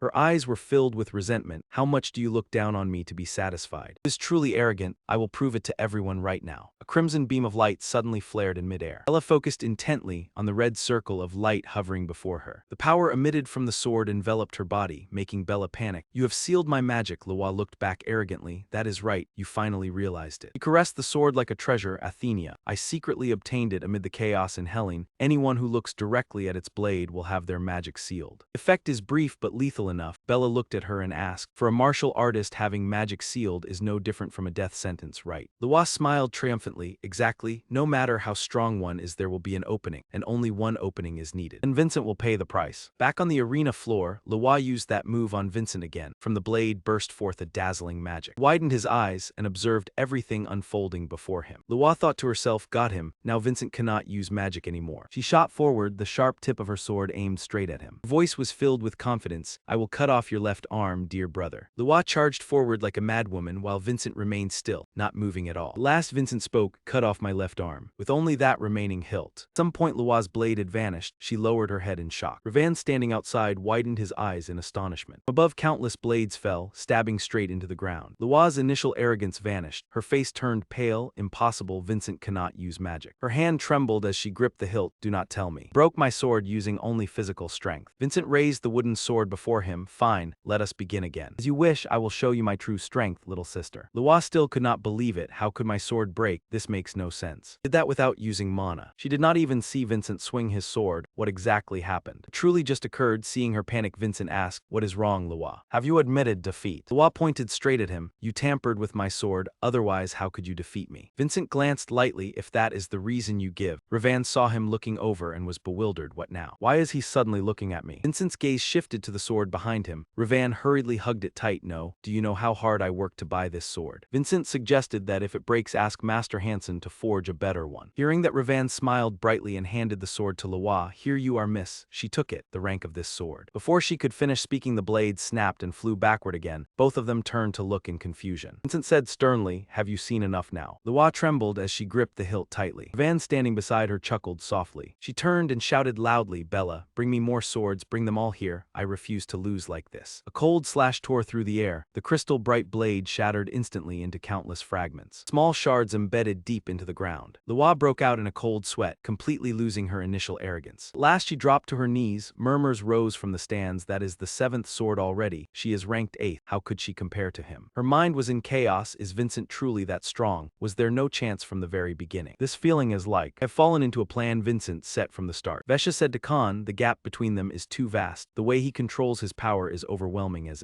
if he has completely mastered the heavenly spirit fruit. Khan nodded. That is right. Over the past 2 years, Vincent has made that power entirely his own. Lewa still sat motionless. Ravan stepped forward and asked, Miss Lewa, will you continue? Receiving no reply, Ravan covered his mouth and announced that Lewa Adinka was unable to continue the match. The winner is Vincent Adinka. Suddenly someone launched a surprise attack from above. He noticed and looked up with a smile. They have arrived. Ravan, protect Lewa. Loud explosion erupted in the arena as a strange object fell. Vainly asked in panic, what is happening? Sabira observed and replied that someone had just stormed into the arena. Ravan stood blocking the smoke. What exactly is going on? As the smoke gradually cleared, Vincent greeted calmly, Hey, long time no see. Fifth brother Damien stood with one hand on his hip and a sword on his shoulder. You really dodged that strike, I knew it. He pointed at himself and said, it is decided, fight me for another round, Vincent. In the stands, Hoka shouted loudly, Damien, you cannot act on your own like this. Damien turned toward the voice, yes. He raised his hand to his mouth and called out, the 7th-ranked representative Damien Adinka requests to join the battle. Hoka sighed helplessly, there is no stopping him. This one always acts first and thinks later. Vincent stepped forward and said it is no trouble. Damien immediately pointed at him. See, he agreed. Hoka was surprised, not even a bit shocked. It seems he had already anticipated Damien would interfere. Very well, let us see where this goes. She clenched her hand and declared as headmaster, I approve this match. You may fight as you wish. Damien, brimming with fighting spirit, faced Vincent. You had better use your full strength. Colossal entity shrouded in blazing red-orange light appeared, radiating violent divine power. Damien prepared to unleash his strike, fire wheel. He sneered coldly, otherwise you will find it hard to endure. High above, Abel crossed his arms and said, Damien's blessing. Fire wheel originates from the fire god, the deity of violent explosions. Each ring of fire carries enough destructive force to flatten an entire snow mountain in terms of pure power. Damien is the strongest among the 8 siblings. A thunderous explosion split the ground apart. Everything around gradually shattered under that terrifying pressure. Billowing smoke and flames rose like a volcanic eruption. Stands buzzed with discussion. It is truly scorching. Before Ravan's eyes, the flames spiraled into a raging vortex, scorching heat radiating violently. He recalled Vincent once saying that he might be even stronger in defense, and he had eagerly awaited seeing that. Ravan curled his lips slightly. Were you really that eager, honestly? Damien's sword strike was completely blocked by the round protective barrier. Ravan narrowed his eyes with interest. He had even caught up in defensive ability. Damien's eyes widened, unable to believe the scene before him. He rushed forward and threw his arms around Vincent, his eyes blazing with admiration. You are incredible. How did you block that move? Others could only dodge, yet you took it head on. Vincent was held so tightly he could not move. Hey, let go of me first. Ravan gently reminded him, Prince Damien, what about the match? Damien slung an arm over Vincent's shoulder and laughed loudly. It is obvious, why even ask? I cannot defeat Vincent, I concede. Ravan was stunned by that answer. Then the winner is Vincent Adinka. Maria brushed her hair as she looked down at the arena. The real show is only beginning. Baum asked blankly, what do you mean? Maria smiled faintly. He explained that Lord Vincent had defeated the 6th child while still ranked 9th, and now had beaten the 8th daughter and the 5th son. So who will be next on the arena floor? Vincent's sword was already pointed straight at Abel. The situation had gone beyond expectations. Abel ground his teeth. Impossible, damn it. The 7th son's rebellion was about to erupt. Vincent pointed his sword in challenge. Will you teach me a lesson, brother Abel? Come down here. He looked straight at Abel. What is it? Do not tell me you are afraid. Abel felt a flicker of panic. That attack was blocked so easily. He steadied himself. Calm down. Vincent is much stronger indeed, but there must still be a way to defeat him. I am the genius who has mastered every sword art of the Adinka family. I can handle any situation. No warrior is without a weakness. Vincent must also have some flaw. Then why can I not find it? Whether attacking or defending, it is equally flawless. Not even the slightest gap can be seen. With a sharp sound, a dazzling beam slashed down. Abel cut straight through Vincent's figure before him. He did not react, only stood still. And that figure shattered like an illusion before Abel's eyes. Abel's eyes widened. This is what is happening. Impossible. This is utterly unreasonable. At least there should be one chance for me to win. Abel looked at Vincent's face and whispered, please. Vincent remained calm and did not make a move. Abel gathered all his focus. Even the smallest opening would suffice. His eyes widened. Impossible. Without truly clashing, I have already lost hundreds of times in my imagination. Perhaps I will never be able to defeat Vincent. A voice called him back to reality. Abel, Prince Abel. Someone in the stands gently shook him. Are you all right? Abel nodded and replied softly, yes. Looking at the scene below, he thought that if he lost before this crowd, his chance of succession would vanish. Yet if he refused to fight, he would be branded a coward. Whispers rose. What is this? Does the 4th son not even dare to step out? But after seeing Lord Vincent's strength, who would dare to challenge him? At this rate, is Vincent not heading toward the position of successor to the family head? Hearing those words, Phil Daniel clenched his fist. That damned Vincent. He has finally begun stirring things up. If Vincent shines here, our entire plan to seize control of the Adinka family will collapse. He immediately shouted, stop the match at once. Vincent cannot be allowed to continue showing off. At some unknown moment, Hoka was already standing behind him. I am afraid that will not be possible. Daniel hurriedly greeted him. Principal Hoka. She covered her mouth with a smile. All matches within this area are decided by me, and I have no intention of interfering, Elder Daniel. Daniel frowned and muttered, damn it. In the middle of the arena, Vincent spread his arms as if inviting him. Come on, brother Abel, decide quickly. The audience is waiting. Will you accept the challenge or withdraw? Abel still hesitated.